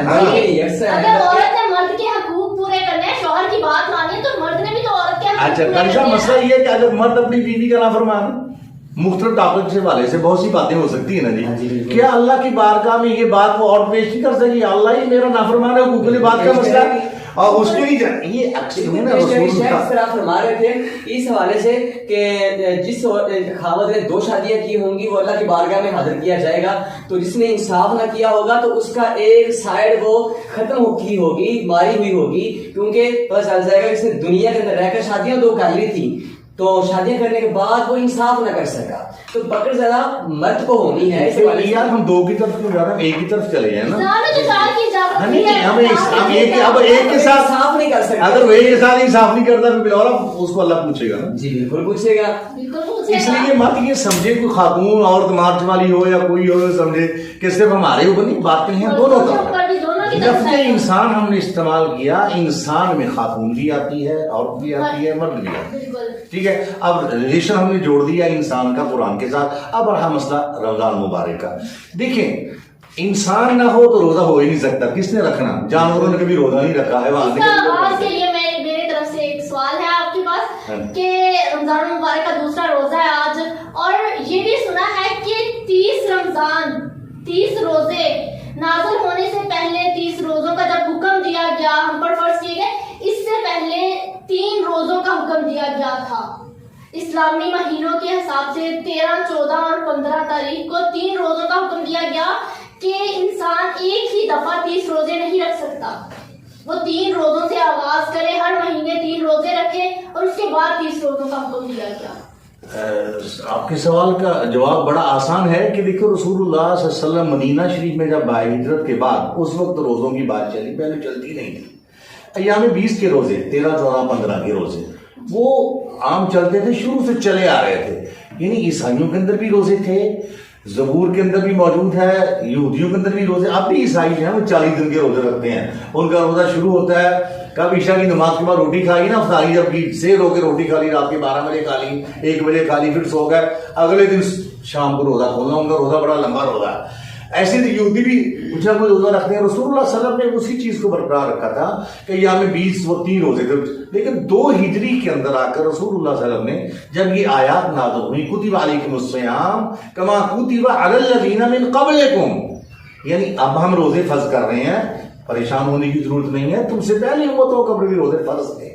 یعنی یہ 3 والے روزے پہلے سے چلے آ رہے تھے، اور 2 روزے اور 1 روزے کا تذکرہ بھی آتا ہے، جیسا کہ یہودی روزہ 1 رکھتے تھے، کس کا بھلا؟ 10 محرم کا روزہ رکھتے تھے۔ میرے آقا صلی اللہ علیہ وسلم مدینہ شریف میں آئے، ان سے پوچھا کہ یار تو روزہ کیوں رکھتے؟ یہودیوں سے پوچھا، اس دن سیدنا موسیٰ علیہ السلام کو اللہ نے آزادی دی تھی، شکرانے کا روزہ رکھتے۔ فرمایا نحن احق کو، ہم زیادہ حقدار ہیں اپنے بھائی کے ساتھ شکرانے کے طور پر شامل ہونے کے لیے، اس لیے ہم 9 اگلے سال 9 کا بھی روزہ رکھیں، اگر 9 کا نہیں تو 10، 11 کا روزہ رکھیں۔ تو رسول اللہ صلی اللہ علیہ وسلم نے ایک کی بجائے 2 روزے کر دیے۔ تو یہ روزے کی ہسٹری ایک الگ ہے، کسی اور موقع پہ بیان کی جا سکتی ہے، بہت لمبا ایک چیپٹر ہے، لیکن ہم نے آج اس کو تعلق کو جوڑنا، انسان اور قرآن کا آپس میں رمضان کے ساتھ کیا تعلق ہے۔ دیکھیں، کیونکہ قرآن مجید کو نازل اللہ نے کس مہینے میں نازل کرنا شروع کیا؟ شہر رمضان الذی انزل فیہ القرآن، رمضان کے مہینے میں اللہ نے قرآن کو نازل کرنا شروع کیا۔ اور میں نے کہا تھا جس مہینے میں قرآن نازل ہونا شروع ہوا، کس کے اوپر نازل ہوا؟ وحملہ الانسان، انسان نے اس کو اٹھایا، اور کسی بڑے سے بڑے پہاڑوں نے، آسمانوں نے، زمینوں نے انکار کر دیا، یا اللہ ہم اتنے بڑے بوجھ پہ، بہت بڑی امانت ہے، ہم اس کو نہیں، لیکن وحملہ الانسان، انسان نے اس کو برداشت کر لیا اور اٹھا لیا۔ اور پھر جتنے بھی اس قرآن کے اندر مسائل بیان ہوئے وہ سارے کے سارے انسان کے لیے بیان ہوئے، پورا کوڈ آف دی لائف۔ میں یہ کہا کرتا ہوں قرآن نے ایک لفظ بیان کر کے ثابت کر دیا کہ واقعی میرے اندر ہر چیز ہے، قاری صاحب تبیان لکل شیء، اللہ نے ہر چیز کا تبیان کر دیا۔ کیا مطلب؟ کھول کے بیان کر دیا۔ اب کسی کو سمجھ آئے یا نہ آئے، سمجھ کیسے آئے گی؟ رسول اللہ صلی اللہ علیہ وسلم 23 سال اس دنیا کے اندر زندہ رہے اور لوگوں کو مسائل قرآن سناتے رہے اور اس کی وضاحت بھی کرتے رہے۔ اب یہاں میں اپنے ناظرین کو اور سامعین کو یہ بیان کرنا چاہوں گا کہ اگر قرآن کو آپ لوگوں نے سمجھنا ہے تو میرے آقا علیہ السلام کی سنتوں کو دیکھو۔ دیکھیں 23 سال کے عرصے میں وہ سنتیں کہاں اکٹھی ہیں؟ ہمیں اپنے سلیبس کا علم نہیں ہے۔ ہمارے بڑے بڑے پڑھے لکھے سیاستدان، پولیٹیشین ایسے ہیں جن کے پاس ڈگریاں انہوں نے کندھے پہ اٹھا رکھی ہیں، مگر تو قل هو اللہ احد اللہ الصمد لم یلد ولم یولد ولم یکن له کفوا احد پڑھنا نہیں آتا، اور میں نام نہیں لینا چاہتا۔ یعنی سینٹ کے سیٹ پہ کھڑے ہو کر اس نے قل اللہ کو غلط پڑھا، اور مجھے بڑا دکھ ہوا۔ یہ ہمارے لیڈران ہیں، ابھی بات کر رہے تھے نا، ایکچولی پولیٹیشین وہ لوگ ہیں جو قرآن کو سمجھتے ہیں، جو قرآن کو سمجھ۔ سب سے بڑا سیاستدان دنیا میں کون تھا؟ محمد رسول اللہ صلی اللہ علیہ وسلم۔ کیسے ایس جنگ احد میں، جنگ احزاب میں، جنگ تبوک میں میرے آقا صلی اللہ علیہ وسلم نے اپنے بنفس نفیس قاری صاحب 28 غزوات میں شرکت کی۔ آپ نفس نفیس جس میں میرے آقا خود شامل ہوں اس کو غزوہ کہتے ہیں، اور جس میں آپ شامل نہ ہوں، کسی کو اپنا نائب بنا کے بھیج دیں، وہ سریہ ہوتا ہے۔ 28 غزوات کے اندر آپ نے خود بنفس نفیس شرکت کی ہے، اور کتنے مسائل۔ دیکھیں سورت آپ انفال کو پڑھیں، اس میں متحرفا لقتال و متحیزا الی فئۃ، یعنی چال ایسی چلنی ہے، پیچھا نہیں دکھانا، لیکن اگر مسلمانوں کی گروہ میں شامل ہونا ہے تو سائڈ پہ ہو کر شامل ہو جاؤ۔ اس کو سیاست کہتے ہیں، اس کو پولیٹیشین کہتے ہیں، جس نے انسانیت کی اصلاح کی خاطر جہاد کر کے پوری دنیا کو ثابت کر دیا ہم امن پسند بھی ہیں، اور لوگوں کو ڈیل کرنے والے بھی ہیں اور رہنمائی کرنے والے بھی ہیں۔ میرے آقا صلی اللہ علیہ وسلم کی 28 غزوات میں شرکت اس بات کی دلیل ہے، امت محمدیہ کی اصلاح کا کام جتنا آپ نے کیا، دنیا کا کوئی بھی فارنر اور بلکہ آسمان سے مبعوث کیے جانے والے جتنے بھی انبیاء ہیں، کوئی بھی نبی اتنا کام نہیں کر سکا جتنا میرے آقا صلی اللہ علیہ وسلم نے 30 سال کی حیات طیبہ میں کر دیا۔ اور میں حیران ہوتا ہوں اس بات کو سن کر، جب مدینہ منورہ میں آپ آئے، وہی وہ چودھری طائف کے لوگ جنہوں نے آپ کے جسم میں عطر کے اوپر پتھر پھینکے تھے، آپ کے جسم کو رہو روان کیا تھا، وہ آ گئے۔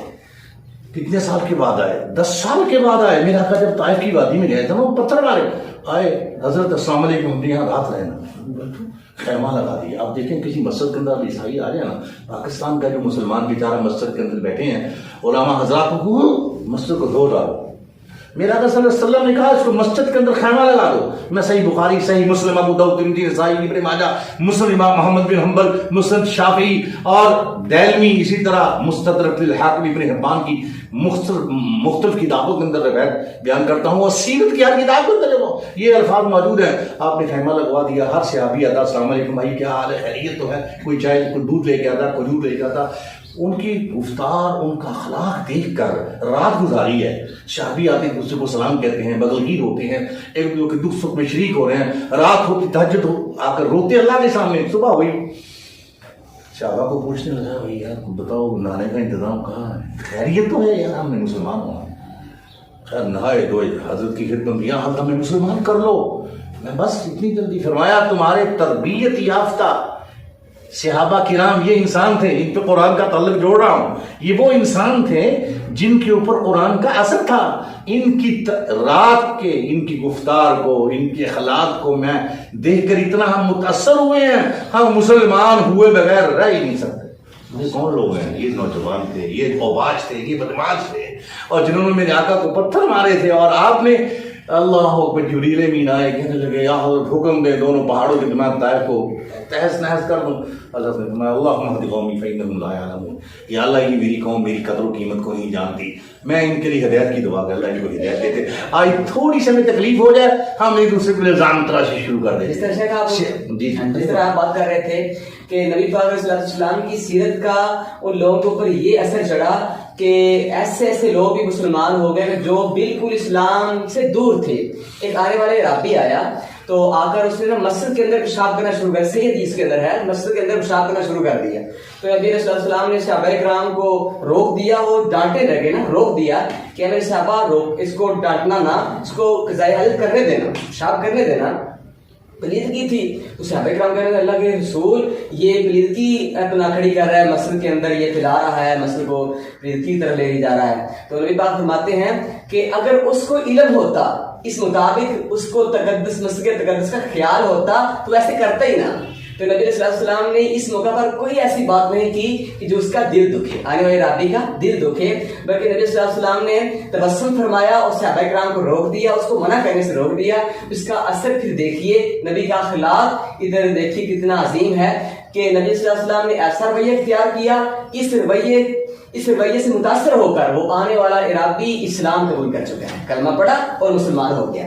تو انسان کا قرآن کے ساتھ تعلق دیکھیں، جس طرح شیخ فرما رہے تھے کہ سورہ انفال کے اندر رب العالمین کا تو قرآن بھرا پڑا ہے انسانوں کی خوبیوں کے ساتھ، تو مومنات کی، مومنین کی خوبیاں قرآن کریم نے بیان فرمائی ہے۔ سورہ انفال کے اندر رب العالمین فرماتے ہیں انما المؤمنون الذین اذا ذکر اللہ وجلت قلوبہم وَإِذَا تُلِيَتْ عَلَيْهِمْ آيَاتُهُ زَادَتْهُمْ إِيمَانًا وَعَلَىٰ رَبِّهِمْ يَتَوَكَّلُونَ۔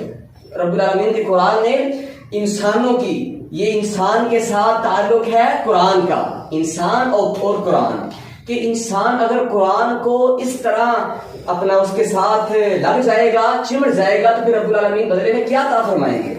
تو رب العالمین انسان کی محنت کو رائے گا نہیں جانے دیتا۔ تو رب العالمین نے قرآن میں فرمایا اذا ذکر اللہ وجلت قلوبہم، یہ صفات بیان ہو رہی ہیں قرآن کے اندر، انسان کا تعلق قرآن کے ساتھ کیا ہے کہ رب العالمین فرماتے ہیں انما المؤمنون الذین اذا ذکر اللہ وجلت قلوبہم، کہ جب ان کے سامنے، مومنین کے سامنے، ایمان والوں کے سامنے اللہ کا ذکر کیا جاتا ہے، قرآن پڑھا جاتا ہے، تو ان کے دل اللہ کے ذکر کی وجہ سے ڈر جاتے ہیں۔ وَإِذَا تُلِيَتْ عَلَيْهِمْ آيَاتُهُ زَادَتْهُمْ ایمانا، اور جب میرے قرآن کی تلاوت ان مومنوں کے سامنے کی جاتی ہیں تو ان کے ایمان اور یقین میں اور اضافہ ہو جاتا ہے. بے شک قرآن پاک کا انسان کے ساتھ بہت گہرا تعلق ہے. اس کے لیے میں ایک مثال دوں گی آپ کو جو ریالٹی پہ مبنی ہے، میری اپنی فیملی کی. آج سے کچھ سال پہلے، تقریباً 5-6 سال پہلے، میرے والد صاحب بیمار ہو گئے جن کے پتے میں پتھری تھی. ڈاکٹرز نے ایک ہی حل بتایا کہ صرف آپریشن ہے. اس پتھری کا حل صرف آپریشن ہے. انہوں نے پوری رات درد سے تڑپنا، سارا دن درد ہونا. تو جس نے جو دوائی بتانی انہوں نے کھانی اور قطرے پینے، پانی میں ڈال کے دوائی کھانی. جب درد برداشت نہ ہوا ان سے، انہوں نے دیکھا کہ اس کا آخری حل ڈاکٹر آپریشن ہی بتا رہے. تو انہوں نے ہم سے کہا، ہم سب بہن بھائیوں سے، کہ اللہ تعالیٰ نے قرآن پاک میں ہر مرض کے بارے میں ہمیں صحیح رائے دی ہوئی ہے کہ قرآن پاک تو ہمیں ہر مسئلے کا حل دیتا ہے. تو آپ سب لوگ میرے لیے قرآن پاک پڑھ کے دعا کرو. اور ہم سب بہن بھائیوں نے مل کے رات کو تقریباً 2 بجے بیٹھنا ہے. 2 بجے بیٹھ کے ہم نے فجر کی اذان تک نا قرآن پاک مکمل کرنا، سب بہن بھائیوں نے بیٹھ کے، کہ ہم اپنے والد صاحب کے لیے دعا کریں. اور ہم نے 3 دن یہ عمل کیا ہے. پورا قرآن پاک ہم نے 3 راتیں پڑھا. پہلی رات ایک دفعہ قرآن پاک کمپلیٹ کیا، دوسری رات کیا، تیسری رات، اور تیسری رات ہم نے پاپا کے لیے جب اسپیشل دعا کی تو اس کے بعد انہوں نے اپنا ٹیسٹ کروایا تو ان کے پتے میں پتھری نہیں تھی.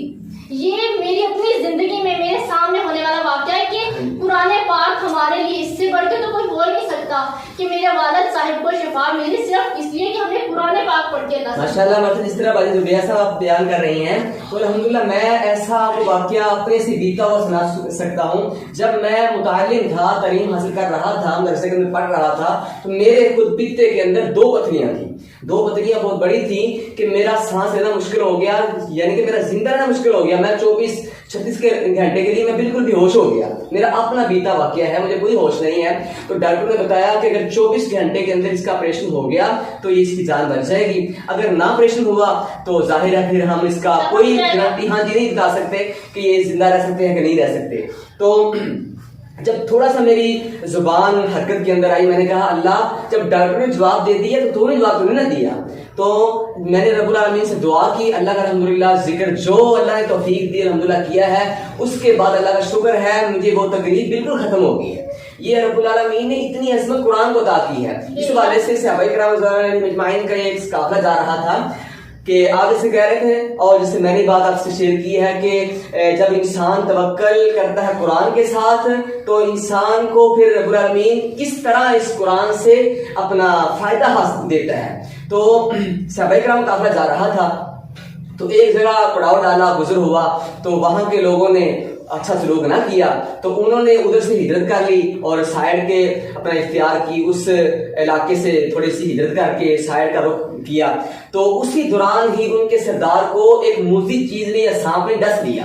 تو وہ سردار مر رہا ہے تو وہ کہنے لگے، ان کا یقین تھا ایسا، ان کا بھی یقین تھا کہ یہ نبی کے چاہنے والے ہیں، ان کے ساتھ جائیں، ان کے پاس جائیں، شاید کوئی ان کے پاس کوئی ایسا وظیفہ ہو، ایسی دوائی ہو جو ہمیں مل جائے کہ ہمارے مریض کو شفا ہو جائے. کیونکہ ظاہر بات ہے وہ سردار تھا معاشرے کا، ان کے علاقے کا. تو وہ انہوں نے ایسا کیا کہ ان کے پاس گئے، ان کے پاس کہتے ہیں جا کر کہ ہمیں یہ چیز پرابلم پیش آئی ہے، پریشانی ہوئی ہے، ہمارا مریض ذرا مرنے کو جا رہا ہے، تو ہمیں کوئی ایسی چیز دیں، ایسا وظیفہ دیں جس کے ساتھ اس کو اللہ شفا عطا فرما دے، اس کو شفا ہو جائے. تو وہ کہنے لگے، صحابہ کرام کہنے لگے کہ آپ نے اچھا سلوک نہیں کیا، آپ ہم ویسے کر دیتے لیکن آپ نے اچھا سلوک نہیں کیا. اس کی بنا پر ہم آپ سے مطالبہ کرتے ہیں، ہم آپ کو اس مریض کو دم کریں گے، انشاءاللہ اللہ شفا دے گا. اگر شفا ہوگی انشاءاللہ تو ہم کچھ بکریاں لیں گے. بعض نے 40 بکریاں متعین کی اور ہم اتنی بکریاں آپ سے یہ وصول کریں گے. تو جب اللہ کے نبی کے صحابہ کرام نے جب اس مجھے چیز کے ڈسے ہوئے مریض پر، اس سردار پر دم کیا تو اللہ رب العالمین نے اپنی خاص رحمت سے اس مجھے چیز کے زہر کو دور کر دیا. اللہ نے اس سردار کو شفا عطا فرما دی. تو وہ جب حصہ ملا، وہ بکریاں ملی، تو وہ آ کر نبی صلی اللہ علیہ وسلم کی خدمت میں حاضر ہوئے. یہ بات تو تھی نہیں، یہ پوچھنا نہیں ہے، نہیں نبی پاک نے پوچھا اور صحابہ کرام نے بھی پوچھا کہ اللہ کے نبی یہ ہم لے کر آئے ہیں کیا ہمارے لیے ٹھیک ہے؟ تو نبی مکرم نے فرمایا ہاں میرے صحابہ یہ بالکل ٹھیک ہے.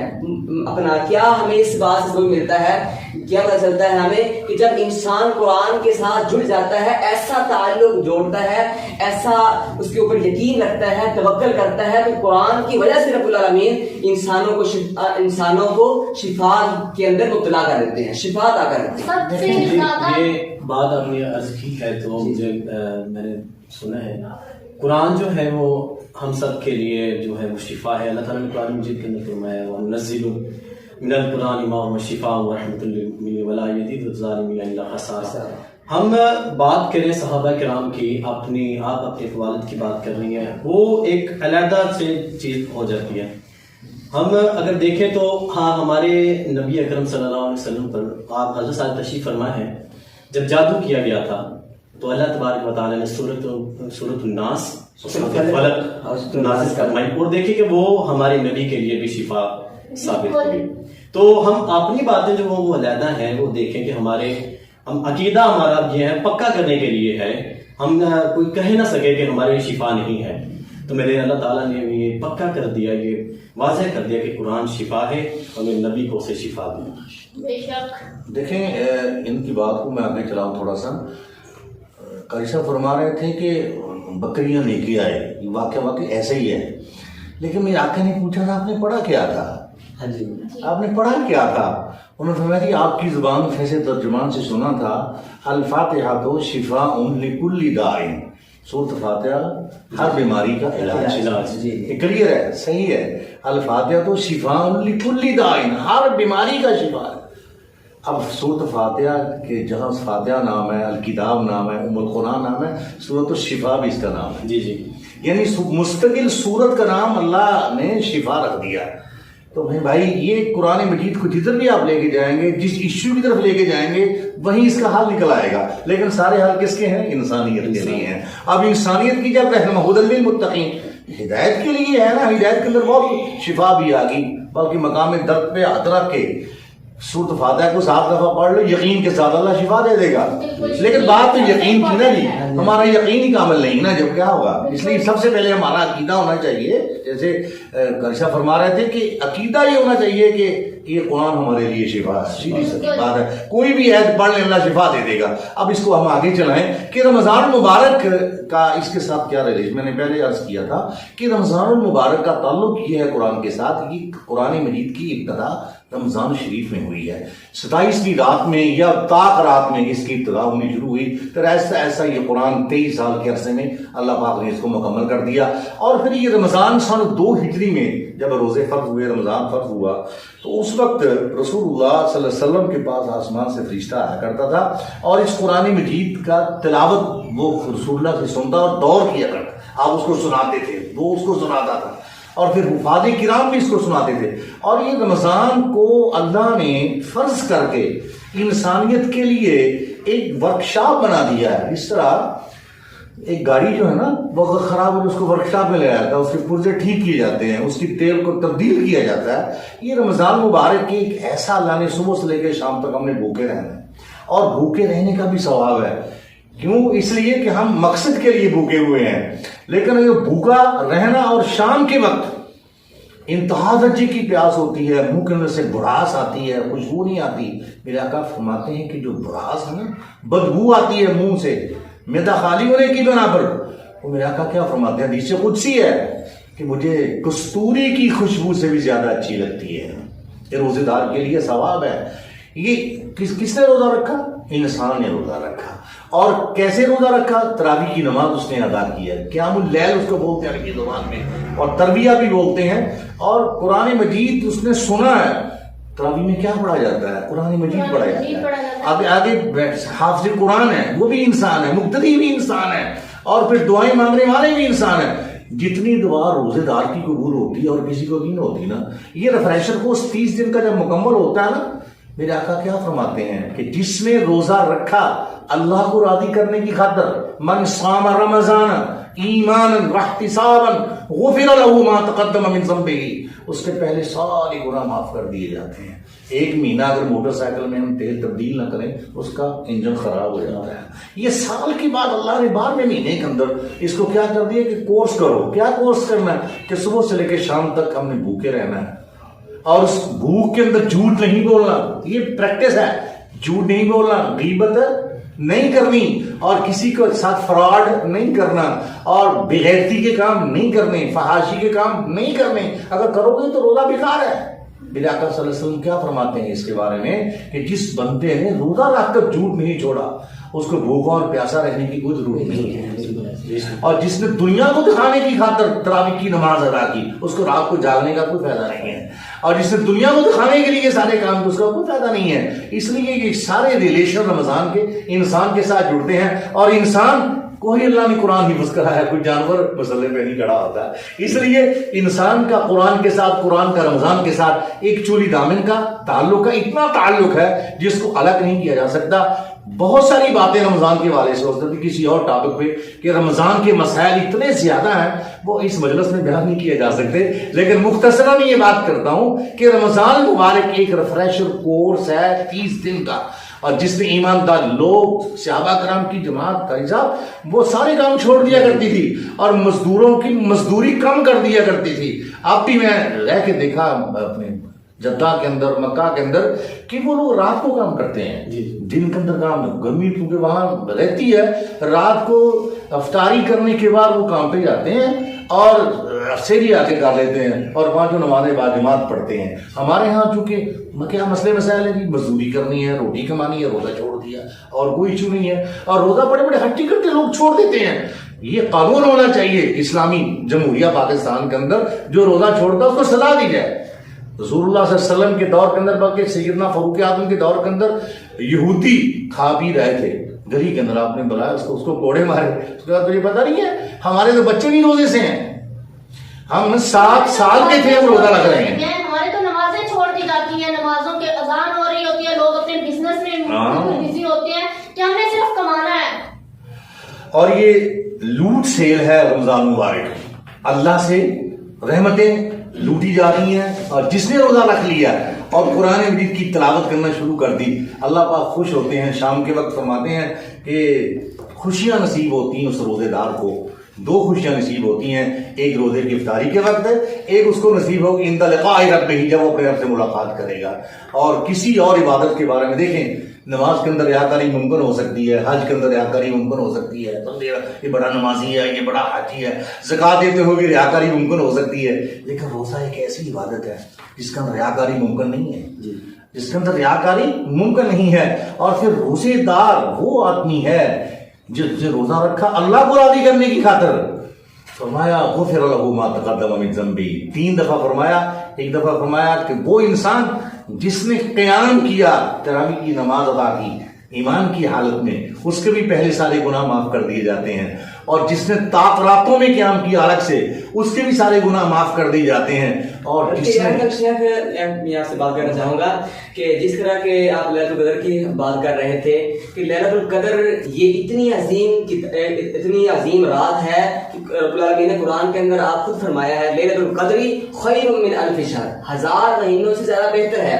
یہ اتنی عظیم رات ہے, اس رات کے اندر رب العالمین نے اتنی فضیلت بیان کی ہے کہ بندہ 1000 مہینے کی بات کرتا رہے اس مقام کو نہیں پہنچ سکتا جس مقام کو ایک رات پہنچ سکتی ہے. اور یہ رات نبی مکرم صلی اللہ علیہ وسلم کی حدیثوں سے ہمیں پتہ چلتا ہے کہ نبی پاک نے فرمایا کہ رمضان مبارک کے آخری 10 دنوں میں ان کو تلاش کرو. 10 دنوں کے اندر 5 طاق راتیں ہیں, ان کے اندر ان کو تلاش کرو. ان کے اندر تلاش کرنا ہے, تلاش کرتے کرتے کہ اگر یہ رات مل گئی انسان کے حصے کے اندر آ گئی, مقدر کے اندر آ گئی, تو انسان کی 83 سال کم از کم بنتے ہیں, 1000 مہینے کم از کم 83 سال بنتے ہیں. تو اتنا اپنا عرصے کی عبادت ایک طرف ہو جائے گی اور ایک طرف ایک رات کی بات ہو جائے گی. رب العالمین ہو سکتا ہے کہ اس رات کو ثواب کے حوالے سے اس سے زیادہ رہا ہے. آگے اس کو اختتام کی طرف لے کے چلیں. جی بالکل. بے شک جنت کے 8 دروازوں میں سے ایک دروازہ وہ ہوگا جو صرف روزے داروں کے لیے کھولا جائے گا. تو اس کے ساتھ ہم پروگرام کے اختتام کی طرف چلیں گے اور عبدالحمید صاحب سے ہم ایک نظم سنیں گے اور پھر پروگرام کا باقاعدہ اختتام کر دیں گے. السلام علیکم ورحمۃ اللہ وبرکاتہ. میں آج کی اس عظیم پروگرام میں آپ سے نظم شیئر کروں گا کہ جو ہمیں فکر آخرت دلانا چاہتی ہے. اس کے اندر ایسے اشعار ہیں وہ میں پیش کروں گا. دنیا کے اے مسافر, دنیا کے اے مسافر, منزل تیری قبر ہے, کے اے مسافر منزل تیری قبر ہے، طے کر رہا ہے جو تم، طے کر رہا ہے جو تم، 2 دن کا یہ سفر ہے دنیا کے اے مسافر۔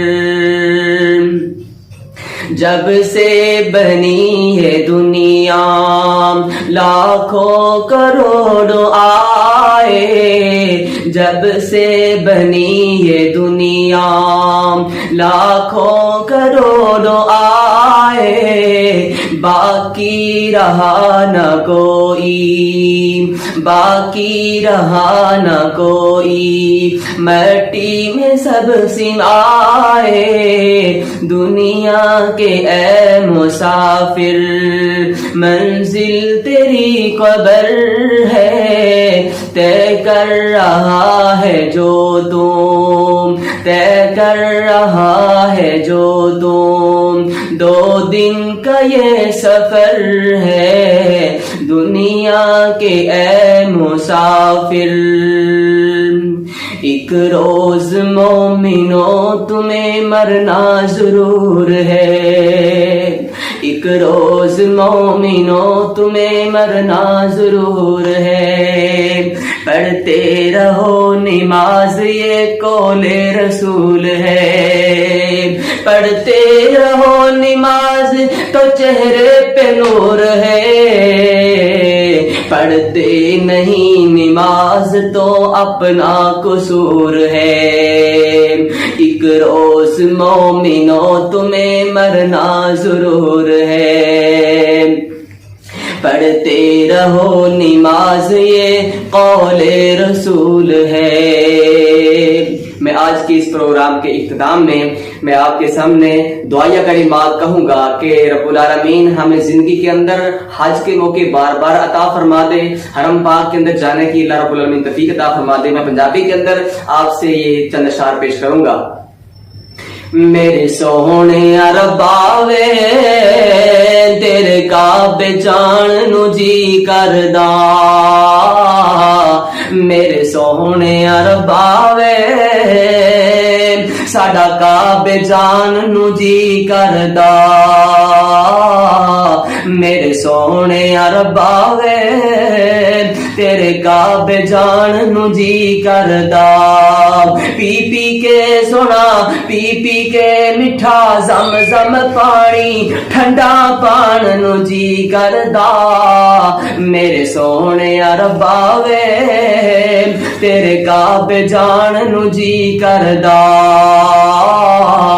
میرے سونے ربا وے تیرے کعبے جان نو جی کردا، مدتاں ہو گئیاں سکدیاں موسم بدل کے آئے، مدتاں ہو گئیاں سکدیاں موسم بدل کے آئے، کتنے کرماں والے او لوگ نے، کتنے نصیباں والے او لوگ نے، اچھے نصیباں والے او لوگ نے جنہ ڈیرے اوتھے لائے، میرے سونے ربا وے تیرے کعبے جان نو جی کردا، کتنے قسمتاں والے او لوگ نے جنہ ڈیرے اوتھے لائے، کعبے غلاف نو سینے نہ لا کے، کعبے غلاف نو سینے نہ لا کے اللہ